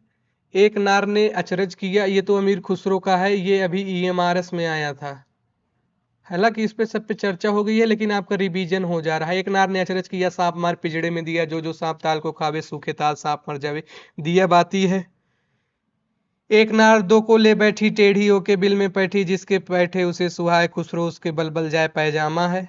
अरत तो देखेगा इसका बूझेगा, मुंह देखेगा तो सूझेगा, ये जो है दर्पण है, ईएमआरएस में आया हुआ भी है प्रश्न। ब्रजभाषा का जो रूप उनके यहाँ देखने को मिलता है कि चूक भई कुछ बासों में सी, देश छोड़ भयो परदेसी, एक नार पिया को भानी तनवा को सरगा जो प्यानी, चाम मास वाके नहीं छे, एक हाड़ हाड़ में वाके छे, मोह चंभो आवत ऐसे, वामे जीव बसत है कैसे। ये जो है सारी चीजें इनके महत्वपूर्ण है। इनकी कुछ मुकरियां भी प्रसिद्ध हैं। अमीर खुसरो से भी संबंधित एक महत्वपूर्ण कथन आया था कि सूफी काव्य में, मेंस की बात कर रहा हूं मैं, मेंस के भी कुछ आपको बता दे रहा हूं जिनकी परीक्षा लगी है। उसमें ये आया था कि सूफी काव्य में जो है सांस्कृतिक चेतना देखने को मिलती है। तो कुछ सूफी कवियों में जैसे अमीर खुसरो का एक है नहीं, मैं तो बाबुल तेरे खूटे के गैया, मैं तो बाबुल तेरे खूटे की गैया, हाँ की हूं कि जाऊं सुन बाबुल परदेस मोरे। तो ये जो है चीजें उसको आप ध्यान में रखिएगा। इन्हीं का जो है गोरी सेवे सेज पर मुख पर डाले केश, चल खुसरो घर आपने रैन भई सब देश, ये महत्वपूर्ण इनका एक बार बार पूछा जाता रहा है। एक गजल भी है, जे हाल मिसकी मकन तुगा फुल दुराए नैना बनाए बतियां, किताबे हिजरा न दारम एजा न लीहो काहे लगाए छतियां। जेहाल मिसकी, जेहाल मिसकी, ये जो है इनकी गजल है, इसको आप ध्यान में रखिए। ये सब पूछे गए प्रश्न हैं। एक महत्वपूर्ण इनका जो कविता आती है, सजन सकारे जाएंगे नैन मरेंगे रोए, बिधना ऐसी रैन कर भोर कभी न हो, तो ये भी जो है ये अमीर खुसरो की है। दोहा और गीत आगे चलते हैं। उज्जवल बरन अधीन तन एक चित्त दो ध्यान, देखन में तो साधु है निपट पाप की खान, खुसरो रैन सुहाग की जाकी पी के संग, तन मेरो मन पीऊ को दो भयो एक अंग, गोरी सोवे सेज पर मुख पर डारे केस, चल खुसरो घर आपने रैन भई चौदेस, मोरा जबला नवेलरा भयो है गुलाल, कैसे गर्दीनी कस मोरी माल, सुनी सेज डरावन लागे बिरहा अगन मोहि डस डस जाए, जे हाल मिसकिन मगन तकाबुल दुराए नैना बनाए बतियां। ये आगे आगे आगे चलते हैं। गोरखनाथ के जो महत्वपूर्ण छंद रहे, नौलख पातर आगे नाचे पीछे साहज अखाड़ा, ऐसे मन लो जोगी खेले तब अंतरि बसे भंडारा, ये महत्वपूर्ण कथन आपको ध्यान में रखना है। अंजन माहि निरंजन भेटा तिलमुख मेटा तेलम, मूरत माहि अमूरत परस्या भया निरंतर खेलम, ये भी गोरखनाथ का है। नाथ बोले अमृतवाड़ी बरसे कंबल भीजे पाड़ी, ये जो है आ गया। गाड़ी पडरवा बंधिले खूटा, चले दमामा बजले ऊटा, गुर कीजे महिला निगुरा न रहिला, गुरु बिन ज्ञानम न पायला रे भैला, ये गोरखनाथ का महत्वपूर्ण कथन है। और ये सबसे महत्वपूर्ण कथन है। जैसे हम लोग अवधि में दिखाते थे तो ये उदाहरण दे देते थे कि अवधि में जो है उकारांत की प्रवृत्ति पाई जाती है, तो वहां पे ये उदाहरण दे दीजिए। अवधू रहिया हाटे बाटे रोज बिरस की छाया, तजिबा काम क्रोध लोभ मोह संसार की माया, अभियंतर की त्यागो माया, ये भी इम्पॉर्टेंट कथन है। ये वाला इम्पॉर्टेंट है और ये वाला इम्पॉर्टेंट है। आगे चलते हैं। दुबध्या मेट सहजम रे जो पिंडे सो ब्रह्मांडे, यूपीजीडीसी और पीजीटी एग्जाम में पूछा जा चुका प्रश्न है, इंपॉर्टेंट है। अवधि मनचंगा तो कटौती में गंगा। कुकुरिपा का जो कथन है, ससुरी नींद गेल बहुड़ी जा गई, ये महत्वपूर्ण है। पृथ्वीराज रासो का राजनीति पाइये ज्ञान पाइये सो जाने, उक्ति धर्म विशालस्य राजनीतिम नवरसम, खट भाषा पुराणम च, इसको आप देख लीजिए। लौकिक साहित्य में जो है, जिसको रामचंद्र शुक्ल ने अलग ही सब बांट दिया था, जिसमें खुसरो और विद्यापति को फुटकल में संकलित कर दिया था, उसमें से लौकिक साहित्य में ढोला मारा रो दूहा जो है वो कुशल राय नामक कवि ने कुछ चौपाइयां जोड़कर लिखा है, जिसमें राजकुमार और मारवड़ी नामक राजकुमारी के जो है वो प्रेम कथा देखने को मिलती है। सोरठिय दूहो भलो भली मरड़ी बात, जो बन छाई धड़ भली तारा छाई रात। वसंत विलास जो है ये रचना है। इह पड़ कोयल कूजय पूजय युवत मड़ोर, विधुर वियोगनी धूजय कूजय मर कुशोर। अपभ्रंश में 3 प्रकार के बंध पाए जाते हैं, दोहा बंध, पद्दड़िया बंध और गे पद बंध। हजारी प्रसाद द्विवेदी ने दोहा या दूहा अपभ्रंश का अपना छंद है, उसी प्रकार जिस प्रकार गाथा या प्राकृत का अपना छंद है। अपभ्रंश का चरित काव्य पद्दड़िया बंध में लिखा गया है। चरित काव्यों में पद्दड़िया छंद की 8-8 पंक्तियों के बाद धत्ता दिया जाता है, जिसे कड़वक कहते हैं। अब हिंदी के प्रथम कवि एवं उनका समय एवं उनके प्रस्तोता कौन है, इससे भी महत्वपूर्ण प्रश्न आपके यहाँ बन जाते हैं। तो स्वयंभू रामकुमार वर्मा, विक्रम की 8वीं शताब्दी, 8वीं शताब्दी, ये तो सबको पता रहना चाहिए और यही सर्वमान्य भी है, तो ये बार बार पूछा जाता है। गणपति चंद्रगुप्त ने शालिभद्र सूरी को माना है 1184 में, और शिव सिंह सेंगर ने 7वीं शताब्दी में पुष्य कवि को माना, राहुल संकृत्यान ने सरापा को 769 में। ये इसको एक भी आप ऐसा ना हो कि भूल जाइए, ये बार बार पूछा जाता है, इसको आप ध्यान में रखिएगा। आगे चलते हैं। डॉक्टर बीबी भट्टाचार्य ने सरापा को बांग्ला भाषा का जो है वो प्रथम कवि मानते हैं। आचार्य हजारी प्रसाद द्विवेदी ने अब्दुल रहमान को जो है वो हिंदी का प्रथम कवि माना है। आचार्य रामचंद्र शुक्ल ने आदिकाल को अंतर्दृष्ट लोक प्रवृत्ति का युग कहा है, और आदिकाल को अत्यधिक विरोधी और व्याघातों का युग कहा है। अत्यधिक विरोधी क्यों कहा है, ये इसको समझ लेते हैं। क्योंकि आदिकाल में सभी चीजों में और सामंती परिवेश की भी जो रचनाएं देखने को मिलती हैं, सामंती परिवेश को आधार बना के श्रृंगारिकता या जो भी रचनाएं थी उसका भी समावेश है। तो दूसरी ओर जो देखने को मिलता है वो वीर रूप मिलता है, चाहे वह जगनिक का आल्हा खंड देख लें, आल्हा खंड देख लें, या और भी जो वीर गीत काव्य हैं उसको देख लीजिए, तो वहां पे भी वीर रस से लिखा जा रहा था। तो तीसरे तरफ की श्रेणी में जो है अमीर खुसरो आ जाते हैं, जो पहेलियां सुखने, दो गजल इत्यादि लिख रहे थे, और विद्यापति आ जाते हैं जो कि अलग ही अपना लिख रहे थे। तो इसलिए जो है आदिकाल जो है अंतर विरोधों का युग है। इसीलिए यूपीएससी मेंस में ये प्रश्न कई बार पूछा जा चुका है कि आदिकाल को अंतर विरोधों का युग क्यों कहा जाता है। तो इसीलिए इसको कहा जाता है कि तो एक तरफ दरबारी परिवेश की कविताएं लिखी जा रही थी, दूसरी तरफ अमीर खुसरो जैसे जो कवि थे वो इसको आधार बना के लिख के पहेलियां गजलें इत्यादि लिख रहे थे। तो इसको आप समझ लीजिए, इसलिए इसको कहा जाता है। चंद्रधर शर्मा गुलेरी, राहुल संकृत्यायन व रामचंद्र शुक्ल अपभ्रंश को पुरानी हिंदी मानते हैं। अपभ्रंश को पुरानी हिंदी किसने कहा है, इसको आपको भी पता है कि कई बार पूछा जा चुका है। तो ये जो है चंद्रधर शर्मा गुलेरी कहते हैं, वो ये वही हैं जिन्होंने 1915 में एक प्रसिद्ध कहानी उसने कहा था, और सुखमय जीवन, बुद्धू का कांटा, और उसने कहा था, ये 3 कहानियां लिख के वो प्रसिद्धि को प्राप्त कर लिए थे। हजारी प्रसाद द्विवेदी ने जो है वो और रामविलास शर्मा ने अपभ्रंश को हिंदी से पृथक मानते हैं। भोला शंकर भट्ट, अमीर खुसरो ने कव्वाली, तराना, गायक शैली एवं सितार वाद्य यंत्र का जन्मदाता माना जाता है। अमीर खुसरो जो थे अपने आप में उनका जो व्यक्तित्व था बहुत ही प्रभावशाली था, सभी चीजों में उन्होंने लेखनी चलाई, और जिस तरीके से खड़ी बोली के पदों का प्रयोग किया है उसको देखते हुए रामचंद्र शुक्ल को बाद में कहना पड़ा कि इस तरीके से 12वीं शताब्दी में खड़ी बोली का ऐसा प्रयोग भाषिक दृष्टि से जो था वह अपभ्रंश का जो था वो खड़ी बोली का बढ़ाव ही देखने को मिलता है। तो सभी आश्चर्यचकित थे। एक नार ने अचरज किया, सांप मार पिंजरे में देखिए दिया। तो देखिए किस तरीके से जो है वो खड़ी बोली ही लग रहा है। तो भक्तिकाल आ गया, भक्तिकाल को हमको पढ़ना नहीं है। प्रथम कवि डॉक्टर नगेंद्र से भी एक प्रश्न आदिकाल से संबंधित न छूटने पाए। अब प्रश्न यह उपस्थित होता है कि 7वीं शताब्दी में पुष्यदंत नामक किसी को कवि हिंदी का प्रथम कवि माना था, किंतु इस कवि का उल्लेख मात्र मिलता है, अभी तक कोई उसकी रचना उपलब्ध नहीं हुई। राहुल जी ने 7वीं शताब्दी में सरापा को हिंदी का प्रथम कवि माना। किसने?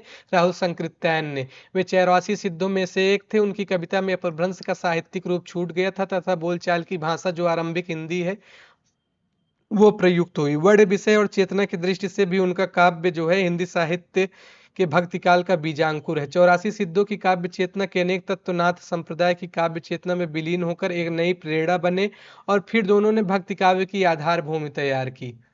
ये सब सारी चीजें हो गई। सराहपा की जो है काव्य परंपरा में विकसित तथा नाथ पंथ का हठ योग कबीर के काव्य में इतना अधिक पल्लवित हुआ कि सराहपा के काव्य की आदि स्थिति को नकारा नहीं जा सकता। साहित्यिक अपभ्रंश में जो साहित्य विकसित हुआ उस पर सराहपा का उतना प्रभाव नहीं है जितना नाथ साहित्य और संत साहित्य पर है। तीसरा आधार और है जिस पर हम सराहपा को हिंदी का प्रथम कवि के रूप में प्रतिष्ठित कर सकते हैं, और वह है शैली की परंपरा। तो यहाँ पे निष्कर्ष ये है कि सराहपा को भी जो है नगेंद्र भी मानते हैं, इसीलिए इस किताब को रखा हूं। हिंदी के कवियों ने परंपरा के रूप में अपनाई हिंदी मुक्तक काव्य में दोहा सबसे अधिक प्रिय छंद रहा, अतः सभी दृष्टियों से सराहपा को जो है वो नगेंद्र भी स्वीकार कर लेते हैं, नगेंद्र भी मान लेते हैं। जो विद्वान सराहपा को हिंदी के प्रथम कवि नहीं मानना चाहते उनके पास आपके मत के लिए समर्थन के केवल 2 तर्क हैं, ये इंपॉर्टेंट नहीं है। आगे चलते हैं। डॉक्टर राम कुमार वर्मा ने आदिकाल को संधिकाल और चारणकाल इन 2 खंडों में विभाजित करके नाम प्रदान किया है, संधिकाल और चारणकाल। चारणकाल और किसने कहा था? ग्रियर्सन ने कहा था। और किसने कहा था? ग्रियर्सन ने।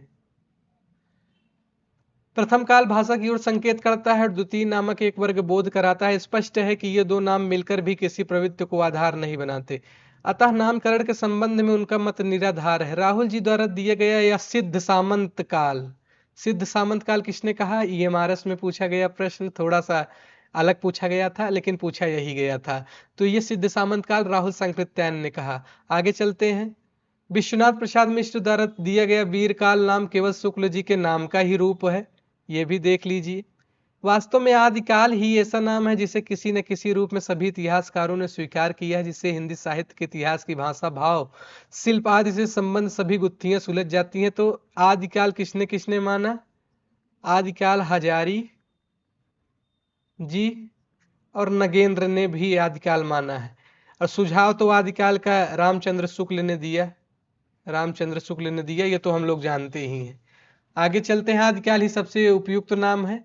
परिवेश, उस समय की राजनीतिक स्थिति क्या थी इसको भी समझ लेते हैं कि राजनीतिक स्थिति उस समय था कि जब अंतिम सम्राट हर्षवर्धन से ही भारत पर यौनों का आक्रमण आरंभ हो गया था। हर्षवर्धन ने दृढ़ता से उनका सामना किया, किंतु आक्रमणों से जो है वह शक्ति छिड़ी हुई, अंत में प्रतिरोध में समाप्त हो गया और हर्षवर्धन का साम्राज्य भी लड़खड़ा उठा। हर्षवर्धन की मृत्यु ने भारत को संगठित जो जनता थी उसको खंड खंड हो जाने की सूचना दे दी तथा राजपूत राज्य सामने आए जो निरंतर युद्धों की आग में जलते जलते अंततः विशाल इस्लाम साम्राज्य की नींव में समा गए। 8वीं शताब्दी में 15वीं शताब्दी ईस्वी तक के भारतीय इतिहास की राजनीतिक परिस्थिति हिंदू सत्ता के धीरे धीरे क्षय होने तथा इस्लाम सत्ता के धीरे धीरे उदय होने की करुण कहानी है।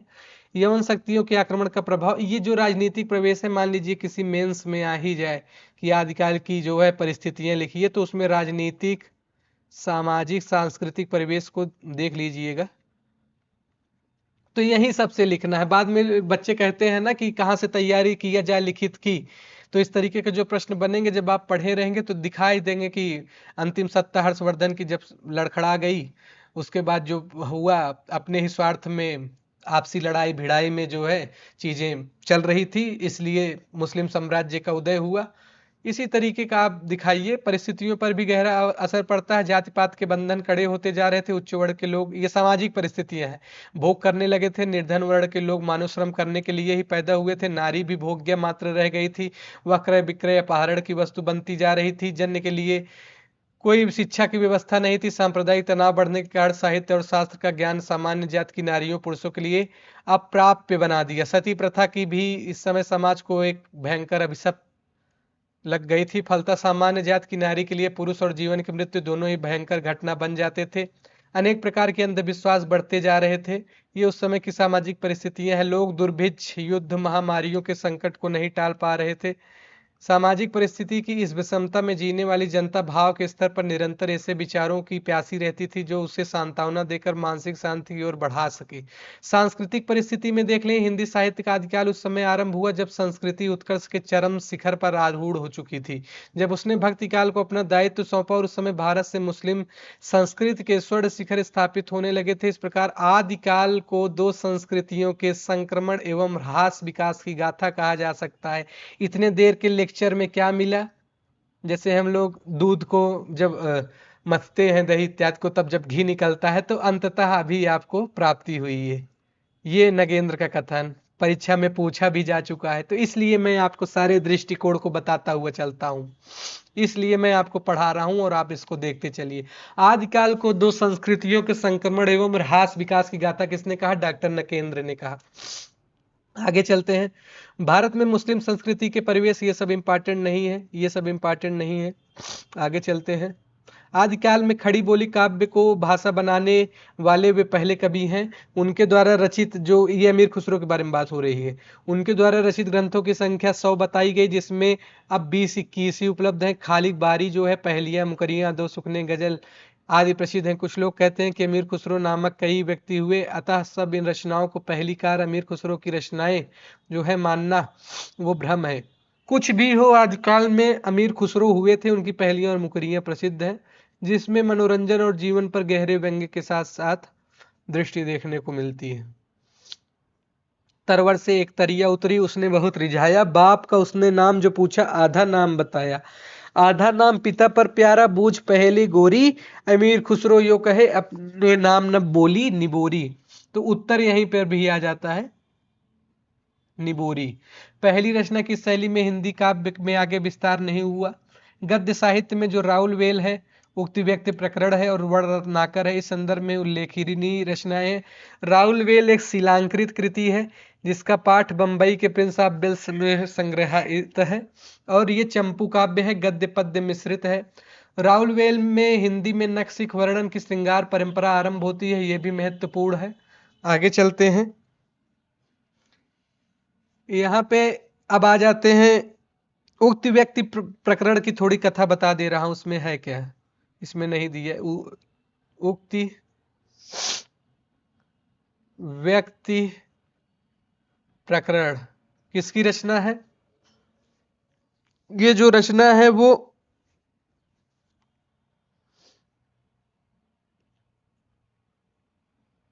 दामोदर भट्ट। तो यह जो रचना है 5 प्रकरणों में विभक्त है। कितने प्रकरण में? 5 प्रकरण में विभक्त है, इसीलिए इसका नाम उक्ति व्यक्ति प्रकरण हो गया। इसमें राजकुमारों को स्थानीय भाषा का ज्ञान कराने के लिए लिखा गया था। राजकुमारों को स्थानीय भाषा का ज्ञान कराने के लिए लिखा गया था। स्थानीय भाषा का ज्ञान कराने के लिए लिखा गया था। ये प्रश्न पूछा गया, इसीलिए आपको बता रहा हूं, किसमें जो है स्थानीय भाषा को ज्ञान कराने के लिए लिखा गया था। वर्ण रत्नाकर क्या है?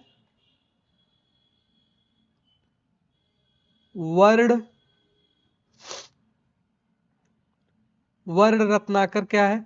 वर्ण रत्नाकर जो है वो ज्योतिरीश्वर ठाकुर का है।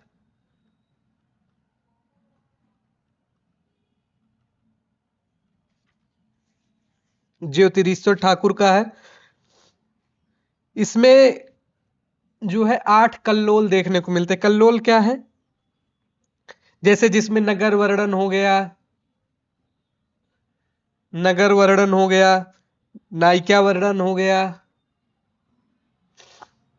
नायिका वर्णन हो गया, या फिर आपका लीजिए ऋतु वर्णन हो गया, शमशान का वर्णन हो गया, प्रणायक का वर्णन हो गया, ऋतु वर्णन।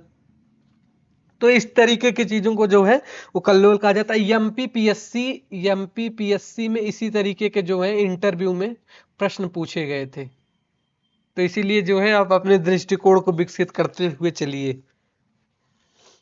आगे चलते हैं, अब आ जाते हैं एनटीए, यूजीसी नेट, जेआरएफ, जो कि एक महत्वपूर्ण परीक्षा है, और इसमें जो है काफी चीजों को एक साथ संकलित कर दिया गया है। इसको देख लेते हैं सरसरी निगाहों से। जय चंद जयप्रकाश जो है वीर गीत 12वीं शताब्दी में, जय बैंक जस चंद्रिका मधुकर कवि, परमाल रासो जगनिक का, सब सारी चीजों पर चर्चा कर लिया हूँ। कीर्तिलता कीर्तिपता का विद्यापति, भृंग भृंगी संवाद।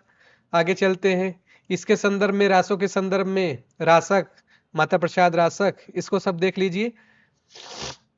यह एक राजनीति महाकाव्य है, दूसरे शब्दों में राजनीति की महाकाव्यात्मक त्रासदी। ये विद्यापति के संदर्भ में है। मिश्र बंधुओं ने लिखा कि हिंदी का वास्तविक प्रथम महाकवि।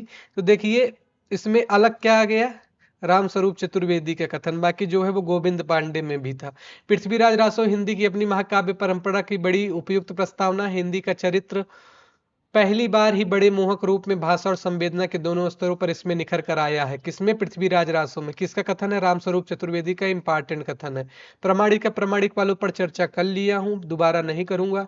देवसेन जो है वो जो जिड़ सासड़ भई सौ सोमा कहियो सारू, सराहपा पंडिय सत्य बखाड़े, दे हैं बुद्ध वसंत न जाड़े, अमड़ा गड़मड़ा तेन बिखंडे, तो उड़ेल जे भड़े ह पंडे। ये जो है इस पे पंक्ति नेट 12 में नेट 15 में पूछी जा चुकी है। एक ये मिल गई पंक्ति जो अभी तक नहीं मिली थी, इसको देख लीजिए। ब्रह्मणे हिमण जाड़त ही भेऊ, एवं पढ़े चच बेऊ, मष्टि पाड़ी कुई ल पढ़त घर ही बसई अग्गी हुड़त। ये जो है जही मन पवन न संचरई रविशस नहीं प्रवेश, ताहिवत वित्त विषाम करें सरह कहे उवेश, नाद न बिंदु न रविशस मंडल, चीरा बे साहबे मुकल, घोर आधारे चंद्रमिड़ी। ये नाद न बिंदु न रविशस मंडल, इसमें गोरखनाथ वालों से जो है कंफ्यूज नहीं होना, ये सरापा का है। कावत तरवम पंच बिडाल ये सब जो है हालो डोम्बी, नगर डोम्बी, डोम्बी जहां आ जाए वहां समझ लीजिए कढ़ापा का ही कथन है। स्वयंभू राम कहा सार ये हेतु, पुष्पदंत का ये सब उसमें नहीं था, अलग जो है उसको मैं रेखांकित कर दे रहा हूं। जी दिस दिस तिमरई मिलियाई, तिह दिस दिस जारई मिलियाई, ये पुष्पदंत का है, वही जो महापुराण लिखे थे, महापुराण जिसमें 63 महापुरुषों का चरित्र वर्णन है। हेमचंद्र पी संगम को निउद्दड़ी भल्ला हुआ जो मारिया, ये तो प्रसिद्ध है। ये देखिए अब्दुल रहमान का ये कथन किसी भी किताब में अभी तक नहीं मिला था, इसमें दिया गया। संदेशड़ौ सवित्यर्ण हौ कहड़हम अस्मत्थ, ये नेट दिसंबर 2014 में है, आपके लिए इंपॉर्टेंट है, देख लीजिए। चरपट नाथ के भी इसमें कथन दिए गए हैं जो कि अभी मैं नहीं बताया था, इसको रेखांकित कर दे रहा हूं। ताबा तूबा ये दुई साचा, राजा हिते जोगी ऊंचा, ताबा डूबे तूबा तरे, जीवे जोगी राजा मरे। वाह चरपट नाथ जी। किसका बेटा किसकी बहू, आप स्वार्थ मिलिया सहू। चरपट नाथ का इंपॉर्टेंट हो सकता है जिस तरीके का लग रहा है, किसका बेटा किसकी बहू, आप स्वार्थ मिलिया सहू, चरपट नाथ का हो गया। गोरखनाथ बहुत महत्वपूर्ण है। जोय जोय पिंडे सोई सोई ब्रह्मांडे, इंपॉर्टेंट। अवधु मनचंगा तो कटौती में गंगा, इंपॉर्टेंट। अभियंतर की त्यागो माया, इंपॉर्टेंट। नाथ बोले अमृतवाड़ी बरसे कंबल भीजे पानी, कबीर से नहीं, इसमें कंफ्यूज होना है। सोता उधु जीवता मुआ, बोलता उधु पिंजरे सुआ, 9 लख पातर आगे नाचे पीछे साहा जखाड़ा, ऐसे मन ले जोगी खेले जैसे गोरखनाथ भंडारा कर रहे हैं। अवधू रैया हाटे बाटे रूप बिरस की छाया, इस तरीके से याद कर लीजिए अगर आपको ना याद है। 9 लख पातर आगे नाचे पीछे साहा जखाड़ा, ऐसे मन ले जोगी खेले तब गोरखनाथ करें भंडारा, तो इससे याद रहेगा। अवधू रैया हाटे बाटे रूस बिरस की छाया, तजबा काम क्रोध मुंह लोभ मत की माया। चंद्र बरदाई की इसमें मनोह कला ससभान वाला जो है, और खट भाषा पुराणम जो है ये इंपॉर्टेंट है। 12 बरस ले कुकर जिए और 13 ले जियो सियार, बरस 18 छत्री जिए आगे जीवन को है धिक्कार। इसके जो पहले की पंक्ति है, कटकट बोटी गिरे खेत में, कटकट बोटी गिरे खेत में, उठ उठ मुंड करे तकरार, कटकट बोटी गिरे खेत में उठ उठ मुंड करे तकरार। 10-10 रुपया के नौकर हैं, नाहक डरिए मूड कटाए, हम तुम खेलिए समर भूमि में, राहे न एक रहा नहीं जाए। तो इस तरीके के जो है उसको याद रख लीजिए, ये सब पूछा भी जाता है। ये 10-10 रुपया के नौकर वाला किसी प्रश्न में परीक्षा में पूछा गया था। ढोला रामा आरा दूहा किसकी है, इसको भी हमको पता है, इसमें जो है इंपॉर्टेंट है। बसंत विलास अमीर खुसरो का, आकाश।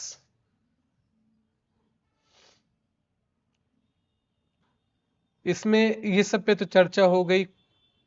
सूनी सेज डरावन लागे बिरहा अगन मोहि डस डस जाए, मोर जोबना नवेलरा भयो है गुलाल कैसे कर दीनी गस मोरी माल, जिहाल मिस्की मुकुंद गाफुल दुराय नैना बनाए बतियां। ये देखिए 2018 में पूछा जा चुका है। इनका एक प्रसिद्ध कथन, मैं हिंदुस्तान की तूती हूँ, अगर तुम वास्तव में मुझसे कुछ पूछना चाहते हो तो हिंदवी में पूछो, जिससे मैं उसके बारे में कुछ अद्भुत बातें आपको बता सकूं। ये इंपॉर्टेंट है। देसिल बहना सब जन मिठा तय तैसे नपो पट्ठा, पुरुष कहाड़ी हो कहाँ जस पत्थे पावे, जय सुरसा होइए बम भाषा, जो बुझी नहीं सो करे प्रशंसा, बालचंद विद्यावों दुई नहीं लगे दुज्जन हासा, जात ये जात विवाह अधम उत्तम का पारक। ये इंपॉर्टेंट है विद्यापति का। और विद्यापति की पदावली से कुछ महत्वपूर्ण है। खने खने नयन को अनुसरई, खने खने बसंत धूनी तनु भरई, सुधा मुख बीरे निर्मल बाला, अपरूप रूप मनो मंगल, त्रिभुवन विजयी माला, सरस बसंत समय भल पावली, दक्षिण पवन वह धीरे, सपनों रूप वचन एक भाषौ, मुख से दर कर चीरे, माधव हम परिणाम निराशा, दूह जगतारन दीन दया में अतो तोरो विश्वासा। ये मैं भक्त वाले में उदाहरण दिया था एचपीएससी, माधव हम परिणाम निराशा, तू हूँ जगतारन दीन दया में। इसमें कुछ और जैसे महत्वपूर्ण है, सखी है पूछस अनुभव मोए, ये भी इनका है, कभी कभी पूछा जा सकता है। सखी है पूछसी अनुभव मोए, हे सखी मेरे मुझसे मेरा अनुभव क्या पूछती हो, जोई प्रीत अनुराग बखानतई तिले तिले नूतन होए, जोई प्रीत अनुराग बखानते तिले तिले नूतन होए। प्रेम तो नित नवीन हर क्षण जो है वह नूतन ही होता रहता है, नूतन हो। इसको आप देख लीजिएगा, इसको नोट करते चलिए, जो छूट जा रहा है उसको मैं बता दे रहा हूं। अब आ जाते हैं अभ्यास प्रश्नों पर। अभ्यास प्रश्न जो है इसको बहुत ध्यान से देखिएगा, क्योंकि मैं उस समय पढ़ा था तब लगाया था, अब इसमें हो सके मैं गलत भी लगाया हूं, पता नहीं कब का है, लेकिन मैं आपको बताता हुआ चल रहा हूं। कीर्तिलता की जो भाषा है अवहट्ट भाषा है। आदिकाल में किस कवि ने अवहट्ट भाषा में रचना की? अवहट्ट भाषा में जो रचना की अब्दुल रहमान ने की। आला किस ऋतु में गाया जाता है? वर्षा ऋतु में गाया जाता है। इन रचनाओं को इनके रचयिताओं के साथ सुमेलित कीजिए। खुमार रासो जो है वो दलपत विजय का है। परमार रासो जो है वो, देखिए परमार रासो चंद्र बरदाई से मिला दिया गया है इसमें। परमार रासो जो है वो जगनिक का है। बीसल देव रासो जो है वो नरपति नाल का है। तो इसको आप देख लीजिएगा, यहाँ पे है। हिंदी साहित्य के आदिकाल का अभिनव जयदेव किसे कहा जाता है? विद्यापति को कहा जाता है। ये सही से हाईलाइट नहीं होता है, थोड़ा दिक्कत है। किस रचनाकार को भाषा का संध्या भाषा कहा गया है? बौद्ध सिद्ध की भाषा को संध्या भाषा कहा गया है। प्रश्न संख्या 7 पर इनकी रचनाओं को उनकी काव्य भाषा के साथ सुमेलित कीजिए। विजयपाल रासो की जो भाषा है अपभ्रंश भाषा है, जान रहे। पृथ्वीराज रासो की जो भाषा है वो हिंदवी भाषा है। विद्यापति की पदावली सभी को पता है, मैथिली भाषा है। और चर्या गीत जो हैं वो सिद्धों में, वो संध्या भाषा में लिखे गए। तो इसका उत्तर सी हो जाएगा। प्रश्न संख्या 8 पर चलते हैं। आचार्य शुक्ल के अनुसार हिंदी साहित्य का आविर्भाव कब से माना जाता है? तो प्राकृत की अंतिम अपभ्रंश अवस्था से जो है वो हिंदी साहित्य का आविर्भाव माना जाता है। अपभ्रंश के प्रथम महाकवि कौन है? स्वयंभू। ये वही स्वयंभू हैं जिन्होंने पौमचरिऊ की रचना की, राम कथा का वर्णन। वो वाला कथन याद कर लीजिए कि स्वयंभू के राम जो है यथार्थ के धरातल पर है। राम यथार्थ के धरातल पर है, यथार्थ के धरातल पर। राइटिंग थोड़ा गड़बड़ है, तो थोड़ा नहीं बहुत गड़बड़ है। अपभ्रंश के प्रथम महाकवि कौन थे? स्वयंभू पौमचरिऊ। और इसके जो राम है इनके वो यथार्थ के धरातल पे हैं। किनका कथन है? बच्चन का कथन है, बच्चन सिंह का। हिंदी का प्रथम महाकाव्य कौन सा है? पृथ्वीराज रासो। राजनीतिक महाकाव्यात्मक त्रासदी किसने कहा? डॉक्टर बच्चन सिंह ने। त्रासदी राजनीतिक।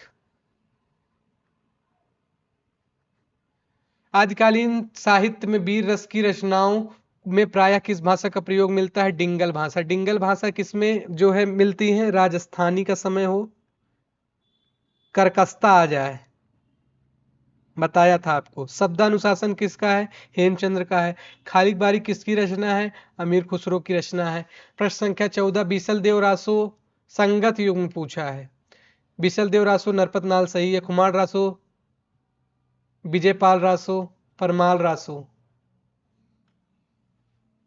असंगत होना चाहिए ना इसमें, कि संगत होना चाहिए? असंगत होना चाहिए, ये उत्तर दिया। बीसल देव रासो नरपति नाल का सही है।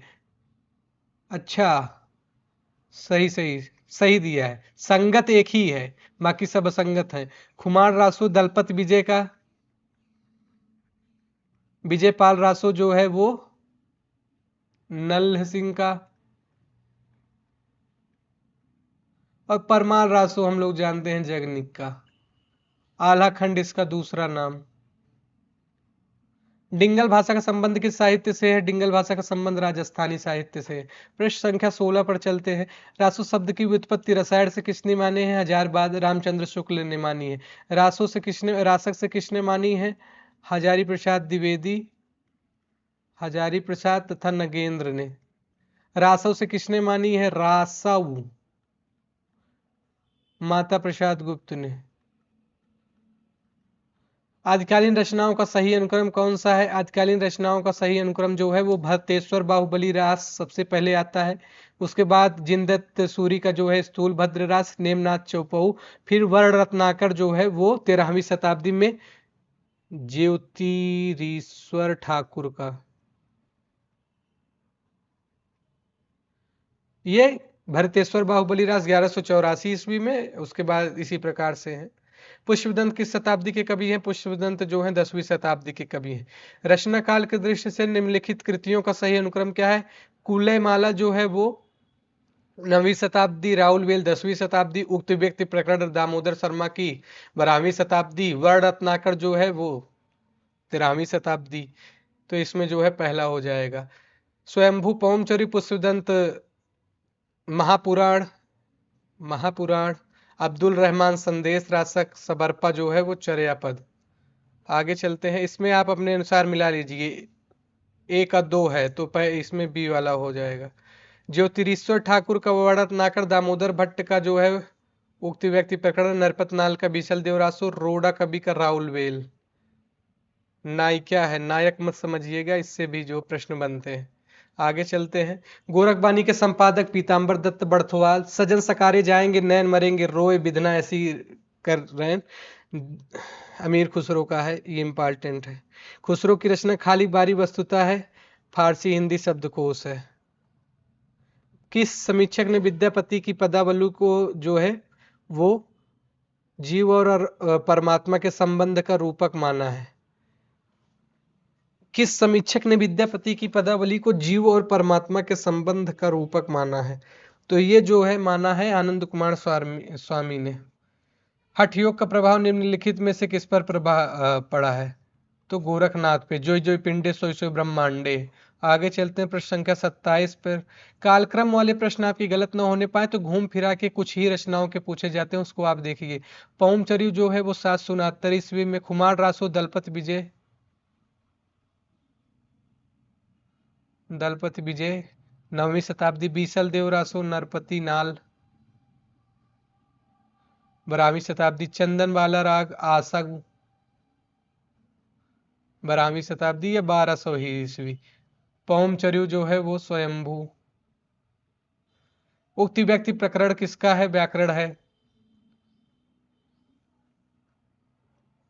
दामोदर शर्मा या दामोदर भट्ट। इसमें जो है वो राजकुमारों को शिक्षा देने के लिए लिखा गया था। 8वीं शताब्दी के कवि नहीं है, 8वीं शताब्दी के सभी कवि हैं सराहपा, सबरपा और स्वयंभू। हेमचंद्र जो है वो 10वीं शताब्दी में आते हैं। मैथिली का प्राचीनतम उपलब्ध ग्रंथ है वर्ण रत्नाकर, ज्योतिरीश्वर ठाकुर। बौद्धो दोहा गान का संपादन किसने किया? हरप्रसाद शास्त्री ने। दोहा या दुहा किस भाषा का है? अपभ्रंश भाषा का है। आगे चलते हैं। कबीर की अपेक्षा खुसरो का ध्यान बोलचाल की भाषा की ओर अधिक था, यह रामचंद्र शुक्ल के हिंदी साहित्य के इतिहास में मिल जाएगा। ये देखिए, ये किस लिए मैंने कथन लिया था, किस किताब से?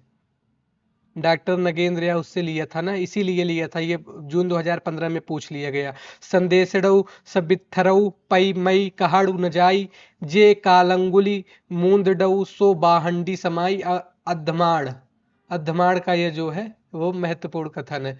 आगे चलते हैं। जय मैंग जस चंद्रिका मधुकर कवि, पृथ्वीराज रासो जो है चंद्रबरदाई, श्रेय के देवसेन का श्रावकाचार 933 ईस्वी, नेमिनाथ रास जो है वो सुमतगढ़ का 1213 ईस्वी। कब? 1213। आगे चलते हैं। प्रकाशन वर्ष के अनुसार निम्नलिखित रचनाओं का सही अनुक्रम क्या है? तो श्रावकाचार 933, भरतेश्वर बाहुबली रास 1184, चंदन बाला राग 1200 ईस्वी और रेवंत गिरी जो रास है सुमतगढ़ का 1213 ईस्वी। आगे चलते हैं। रचना काल की दृष्टि से कृतियों का सही अनुक्रम क्या है? दोहा कोश जो है सराहपा का है, 8वीं शताब्दी श्रावकाचार्य देवसेन का, 9वीं शताब्दी संदेश रासक, 12वीं शताब्दी अब्दुल रहमान का, कीर्तलता विद्यापति का 14वीं शताब्दी। घूम फिरा के यही रचनाएं पूछी जा रही है। संत मत के अलावा शब्द का प्रचलन और किस पंथ में हुआ है, तो वो नाथ में हुआ है। किस में हुआ है? नाथ में। निम्नलिखित पात्रों को उनके रचनाकारों के साथ सुमेलित कीजिए। पात्र पूछ लिया गया, तो इसमें जो है राजमती तो सभी को पता है कि बीसल देव है, जो बीसल देव से है। चंदा नाम से स्पष्ट है, चंदायन का है। मुल्ला दाऊद।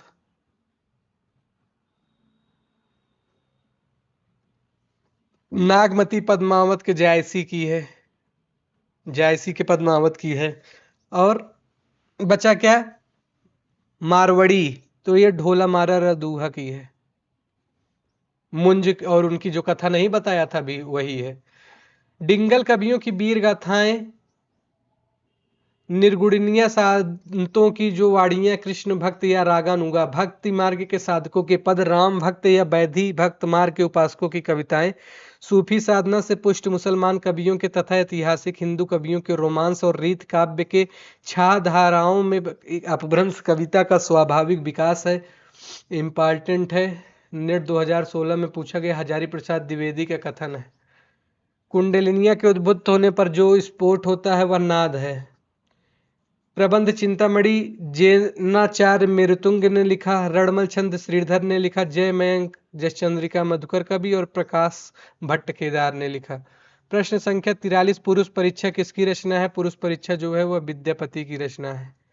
अपभ्रंश निम्नलिखित में कौन सा विद्वान पृथ्वीराज रासो को सर्वथा प्रमाणिक ग्रंथ मानने वाले में शामिल नहीं है? रामचंद्र ने माना है अप्रमाणिक, गौरीचंद्र ओझा ने माना है, बूलर ने माना है, विष्णुलाल पांड्या जो है वो प्रमाणिक मानते हैं।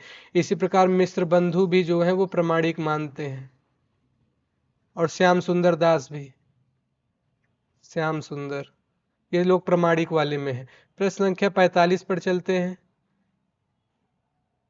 रामवृक्ष बेनी बुनी के अनुसार लेखन काल की दृष्टि से विद्यापति की रचनाओं का सही अनुक्रम क्या है? तो कीर्तिलता जो है वो सबसे पहले आती है, भू परिक्रमा जो है वो उससे बाद में, पुरुष परीक्षा उससे बाद में, कीर्ति पताका उससे बाद में। हालांकि इसका प्रकाशन कहीं मिलता नहीं है, अब उसी के अनुसार आप देख लीजिए, अगर कहीं मिलेगा तो इसको कमेंट में डाल दूंगा। निम्नलिखित रचनाओं को उनके रचनाकारों से सुमेलित कीजिए। राउल वेल जो है रोडा कवि की, खुमार रासो दलपत विजय की, चंदन बाला रास आसु की, योगचर्या जो है वो डोम्भिपा की जो है रचना है, डोम्भिपा की, इसको आप देख लीजिए। आदिकालीन काव्य ग्रंथ में कथा कहने की परंपरा के जो लक्षण पृथ्वीराज रासो के संदर्भ में किस आलोचक ने लिखा है कि इतिहास की जो परीक्षा इतिहास दृष्टि से नहीं काव्य की दृष्टि से होती है, पुरानी कथाएं काव्य की ही अधिक हैं, इतिहास वे एकदम नहीं। ये हजारी प्रसाद द्विवेदी के कथन है, ये उनके इतिहास ग्रंथ से उठा के पूछ लिया गया है नेट की परीक्षा में। हजारी प्रसाद द्विवेदी के अनुसार 14वीं-15वीं शताब्दी के हिंदुओं, मुसलमानों, सामंतों, शहरों, सेना के सिपाहियों इत्यादि का लड़ाइयों का जीवंत और यथार्थ वर्णन किस कृति में हुआ है? वह तहम्मीर काव्य में हुआ है। निम्नलिखित लेखकों को जो है वो उनकी रचनाओं के साथ सुमेलित कीजिए। विजय सेन सूरी, रेवंत गिरिरास, नरपतिनाल जानते हैं, बीसल देव रासो, शालिभद्र सूरी जो है वो भरतेश्वर बलिरास, और आसुक कवि जो हैं वो चंदन बाला रास। आगे चलते हैं। सिद्धों में प्रचलित महामुद्रा शब्द का अभिप्राय है सिद्धि प्राप्ति हेतु स्त्री से संसर्ग। प्रश्न संख्या 51 पे चलते हैं। रचना काल के अनुसार निम्नलिखित रचनाओं का सही अनुक्रम क्या है? तो इसमें जो है कुवलय माला जो है उद्योतन सूरी की, वो 9वीं शताब्दी में, राउल वेल जो है वो 10वीं शताब्दी में, उक्ति व्यक्ति प्रकरण दामोदर शर्मा की जो है वो 12वीं शताब्दी में, वर्ण रत्नाकर ज्योतिरीश्वर ठाकुर की 14वीं शताब्दी में। सिद्ध साहित्य के अंतर्गत 84 सिद्धों की वे साहित्यिक रचनाएं आती हैं जो पूर्ववर्ती अपभ्रंश में लिखी गई हैं। किसमें लिखी गई हैं? पूर्ववर्ती अपभ्रंश में लिखी गई हैं। आगे चलते हैं। घोर धारे चंदमणि जिम उज्जेजे करें परम महासुख एड़ु कड़े दुरे अशेष हरऊं, ये सरापा का जो है प्रमुख कथन है। इसमें जो है प्रज्ञा और योग से महासुख की दशा संभव बताया है, बाकी महासुख और महासुख का तत्सम रूप है, और महासुख वज्रयानियों का परिभाषिक शब्द है, ये भी सही है, ये भी सही है। महासुख निर्वाण प्राप्ति में बाधक है, ये गलत है। प्रश्न संख्या 54 जो है, निम्नलिखित पंक्तियों को उनके रचयिताओं से सुमेलित कीजिए। तो कड़वा बोलना बोलस नारी, ये तो नरपति नाल का है, ये हम लोगों को पता है। मोरा जुबना नमलेरा भयो है गुलाल, ये खुसरो का है, ये भी पता है। कावा तरवम पंच बिडाल हजारों बार लुइपा का। और डोम्बी डोम्बी जब आ जाता है तो डोम्बी जो है वो कड़हप्पा जी हैं। तो इसको आप ध्यान में रखिए, इसमें जो पहला हो जाएगा। सिद्धों और योगियों की रचनाओं का जीवन की वास्तविक स्वाभाविक अनुभूतियों और दशाओं से कोई संबंध नहीं है, अतः वे शुद्ध साहित्य के अंतर्गत नहीं आती हैं। उनकी जो रचनाएं हैं वो सांप्रदायिक शिक्षा मात्र हैं। ये रामचंद्र शुक्ल का कथन है। पृष्ठ संख्या 56 पर चलते हैं। पंडिये सत्तर सत्य बखाड़े, ये सरापा का है। नौलख पातर आगे नाचे, गोरखनाथ का है। 12 बरस ले कुकर जी, ये जगनिक का है। इस तरीके के हैं। अपभ्रंश के जो नमूने हमें पद्यों में मिलते हैं, ये उस काव्य भाषा के हैं जो अपने पुरानेपन के कारण बोलने की भाषा से कुछ अलग बहुत दिनों तक, आदिकाल के अंत क्या उसके 6 पोथियों तक चलते रहे हैं। तो ये रामचंद्र शुक्ल के हिंदी साहित्य के इतिहास में लिखा है। जैसे पुराना ही चावल बड़े आदमियों के खाने योग्य समझा जाता है, वैसे ही अपने समय पर से कुछ पुरानी पड़ी हुई परंपरा के गौरव से युक्त भाषा की पुस्तक रचना वाले व्यवहार योग्य समझी जाती थी। रामचंद्र शुक्ल का उपयुक्त कथन हिंदी साहित्य के इतिहास के आदिकाल के किस प्रकरण से है, तो ये प्रकरण 4 से है।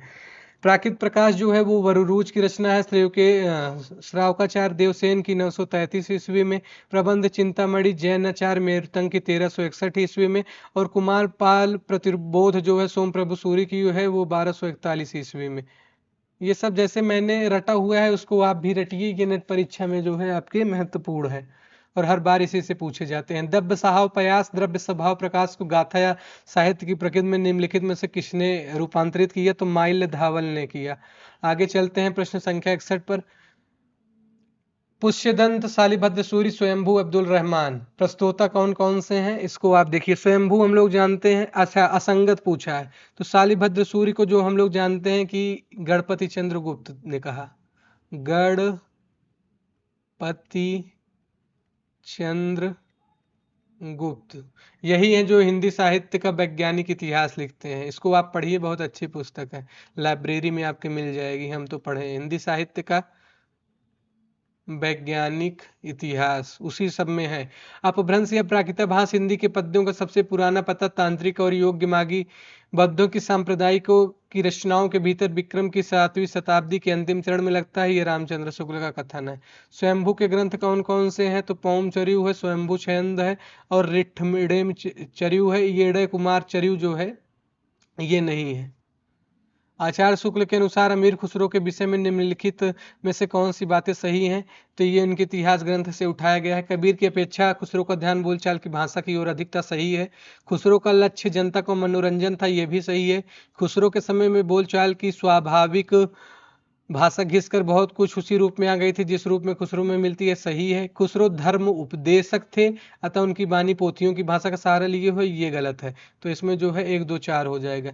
रामचंद्र शुक्ल ने 84 सिद्धों के अंतर्गत इनमें से किसे योगिनी के रूप में उल्लेखित नहीं किया है, तो कपालापक जो है वो नहीं किया है। बाकी मणिभद्रपा है, लक्ष्मीकरा है और कनक लापा जो है वो हैं। सिद्धों में वो कौन थे जिनकी साधना से प्रभावित होकर उड़ीसा के राजा दारिकपा और उनके मंत्री डेंगीपा उनके शिष्य हो गए, तो ये लुइपा थे। और लुइपा का स्थान सबसे ऊंचा था, हम लोग जानते हैं।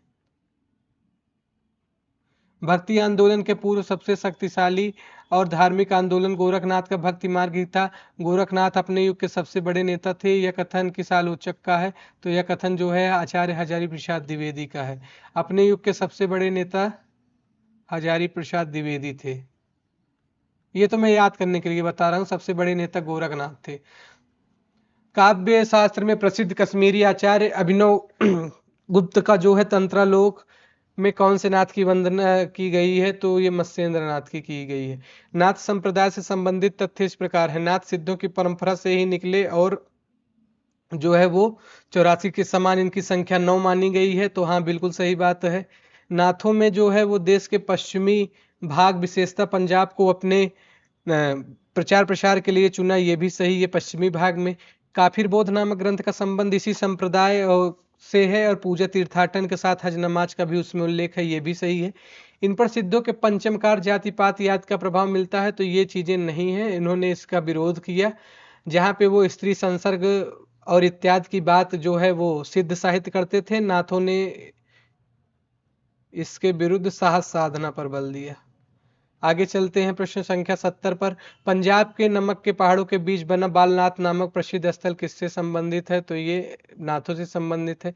रामचंद्र शुक्ल के अनुसार निम्नलिखित में से द्वैसाय के रचयिता जो हैं भट्टी के समान द्व्याश्रय ग्रंथ की रचना किसने की थी? मैं चर्चा किया था, तो हेमचंद्र जी हैं। नाथ संप्रदाय की मुख्य विशेषताएं क्या है, किस प्रकार है? गोरखनाथ का यह पंथ बौद्धों की वज्रयान शाखा से निकला है, एकदम सही बात है। गोरखनाथ ने पतंजलि के उच्च लक्ष्य ईश्वर प्राप्ति को लेकर हठ योग का प्रवर्तन किया, सही है। इस पर पंचम विकार के साथ साथ शारीरिक मानसिक स्थितियों पर बल दिया गया है, ये भी सही है। इनका मानना था जो पिंडे सोई ब्रह्मांडे, तो सारी चीजें जो हैं सही हैं। आगे चलते हैं। अयोध्या के राजा भरत और तक्षशिला के राजा बाहुबली को में से किस जैन कवि ने अपने चरित काव्य में लिखा है? तो शालिभद्र सूरि ने। किस साहित्य में सर्वाधिक चरित काव्य रचे गए हैं? तो जैन साहित्य है। प्रश्न संख्या 75। रामचंद्र शुक्ल के अनुसार निम्नलिखित में से अमीर खुसरो के बारे में कौन सी बातें सही हैं? तो इसमें वे फारसी के बहुत अच्छे ग्रंथकार और अपने समय के नामी कवि थे। वे बड़े ही विनोदी, मिलनसार और सहृदय थे, ये भी सही है। उनमें उपयुक्त व्यक्तित्व का नितांत अभाव था, ये जो है ये गलत है। उनकी पहेलियां और मुकरियां प्रसिद्ध हैं, ये सही है। तो इसमें जो है वो 1 2 4 हो जाएगा। आगे चलते हैं। जसाहर चर्यु जो है वो जैन साहित्य का है। चर्यापद जो है वो सिद्ध साहित्य का है। श्रुति पंचमी कथा जो है वो, रुक जाइए 1 सेकंड, सही योग में पूछा है। जसाहर चर्यु जैन साहित्य का है, हम लोग जान रहे हैं। चर्यापद जो है वो नाथ साहित्य का नहीं है, ये सिद्ध साहित्य का है। तो ये तो गलत हो गया। तो सही उत्तर क्या हो गया? 1 3 4। श्रुति पंचमी कथा भी जैन साहित्य के। नगर डोम्बी कहाँ गए? डोम्बी कढ़ाप्पा जी है। गोरी से वे सोच पे मुख पे डारे केस, चल खुसरो घर आपने। खुसरो की पंक्तियां हैं, किसके संदर्भ में है? हजरत निजामुद्दीन औलिया की मृत्यु पर इम्पॉर्टेंट है। रामचंद्र शुक्ल के अनुसार नाथों की संख्या कितनी है? 9 है। इनकी छोटी सी पुस्तक को ऐसे वीर का रासो कहना खटकता है। यह कथन आचार्य रामचंद्र शुक्ल ने किस रासो काव्य के बारे में कहा है? तो बीसल देव रासो के बारे में कहा है। विद्यापति ने कीर्तिलता की रचना अवाट्य भाषा में की है। यहाँ जो भाषा प्रयोग की गई है वह कैसी है? मैथिल युक्त विकसित अपभ्रंश भाषा।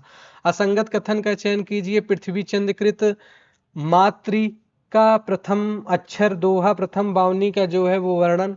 कवि राजा बांकीदास ने कुकवि 32 में सर्वप्रथम का प्रयोग किया।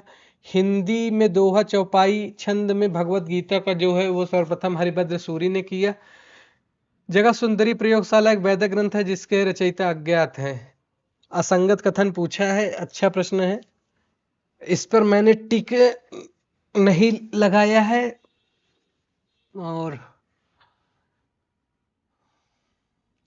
पृथ्वी चंद्र कृत मातृका प्रथमा अक्षर दोहा प्रथम बावनी। प्रश्न आगे पूरा खुला नहीं है, कट गया है। ये प्रश्न आप लोग अब अगर आपको पता हो तो उत्तर में बताइएगा। एक असंगत पूछा गया है, ये वाला तो मान लीजिए सही लग रहा है, इसको आप देख लीजिएगा। हम बता रहे हैं हेमचंद्र के प्राकृत पैंगलम, इसमें ए हो गया और 84 में डी हो गया। प्रकरण 4। हिंदी साहित्य के इतिहास की विशेषता यह है कि एक विशिष्ट काल में किसी रूप को जो आगे काव्य चल के वेग के समान प्रवाहित हुई, वह यद्यपि आगे चलकर मंद गति से भी होने लगी। 900 वर्षों के हिंदी साहित्य के इतिहास में हम उसी कथा को जो है कभी सर्वथा सूखी हुई नहीं पाते हैं। रामचंद्र शुक्ल ने यह प्रकरण 4 के संबंध में कहा है। प्रश्न संख्या जो आपका 82 है, 82 में आपका उत्तर सी है। हाँ, तो इसमें तो ये वाला सही था। हिंदी में दोहा चौथाई छंद में, चौपाई होना चाहिए। भगवत गीता का जो है सर्वप्रथम हरिभद्र सूरि ने नहीं किया, बाकी सब सही है। 83 में जो है ए है असंगत विकल्प। दोहा पदधड़िया गे पद अपभ्रंश का प्रमुख छंद है, ये तो सही है। पयंचरी में 5 कांड 83 संधियों वाला विशाल महाकाव्य, ये सही है। प्रबंध चिंतामणि के जैन साहित्य का महत्वपूर्ण अपभ्रंश छंद है। ये प्रबंध चिंतामणि मेरुतंग की रचना है, मेरु तंग की 1361 में, तो ये सही है। इसमें ये जो है वो गलत हो गया। ये प्रश्न समाप्त हो गए और सारी जो महत्वपूर्ण चीजें हैं उस पर चर्चा कर लिया हूं। आदिकाल भाग 1, आदिकाल भाग 2, दोनों को यदि आप देख लेते हैं तो आदिकाल से संबंधित जो प्रश्न हैं वो आपके एक भी प्रश्न गलत नहीं होंगे, कुछ एकाध हो सकते हैं, लेकिन सारी चीजों को जो है वो PYQ जितने भी एग्जाम में हैं DSSB से लेके नेट से लेके असिस्टेंट प्रोफेसर तक सारे एग्जाम में जितने भी आदिकाल से संबंधित पीवाईक्यू आए हैं, उसी तरीके से मैंने आपको बताया। भाग 2 में सभी महत्वपूर्ण पुस्तकों को नगेंद्र, और इसी प्रकार जो है भाग 1 में रामचंद्र शुक्ल की पुस्तक, दृष्टि की पुस्तक, उमेश तिवारी की पुस्तक, सभी पुस्तकों का निचोड़ दिया गया है, एक भी प्रश्न आपके गलत ना होने पाए। साथ ही साथ कुछ आलोचकों के कथन आपको जोड़ते हुए चला हूं कि जो आपके गलत ना होने पाए।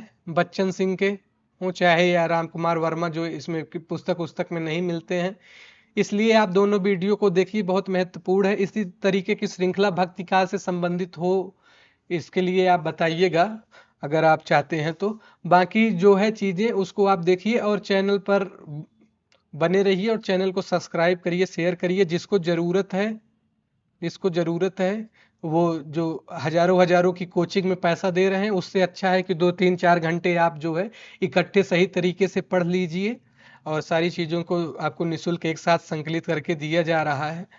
तो ये आपके लिए बहुत ही महत्वपूर्ण है, अंतिम समय में आपको ही पढ़ना है। और इसको आप 2x पर या 1.5x पे लगा के देखिए, आपको सारी चीज़ें जो हैं वो एकदम क्लियर हो जाएंगी। बहुत बहुत धन्यवाद।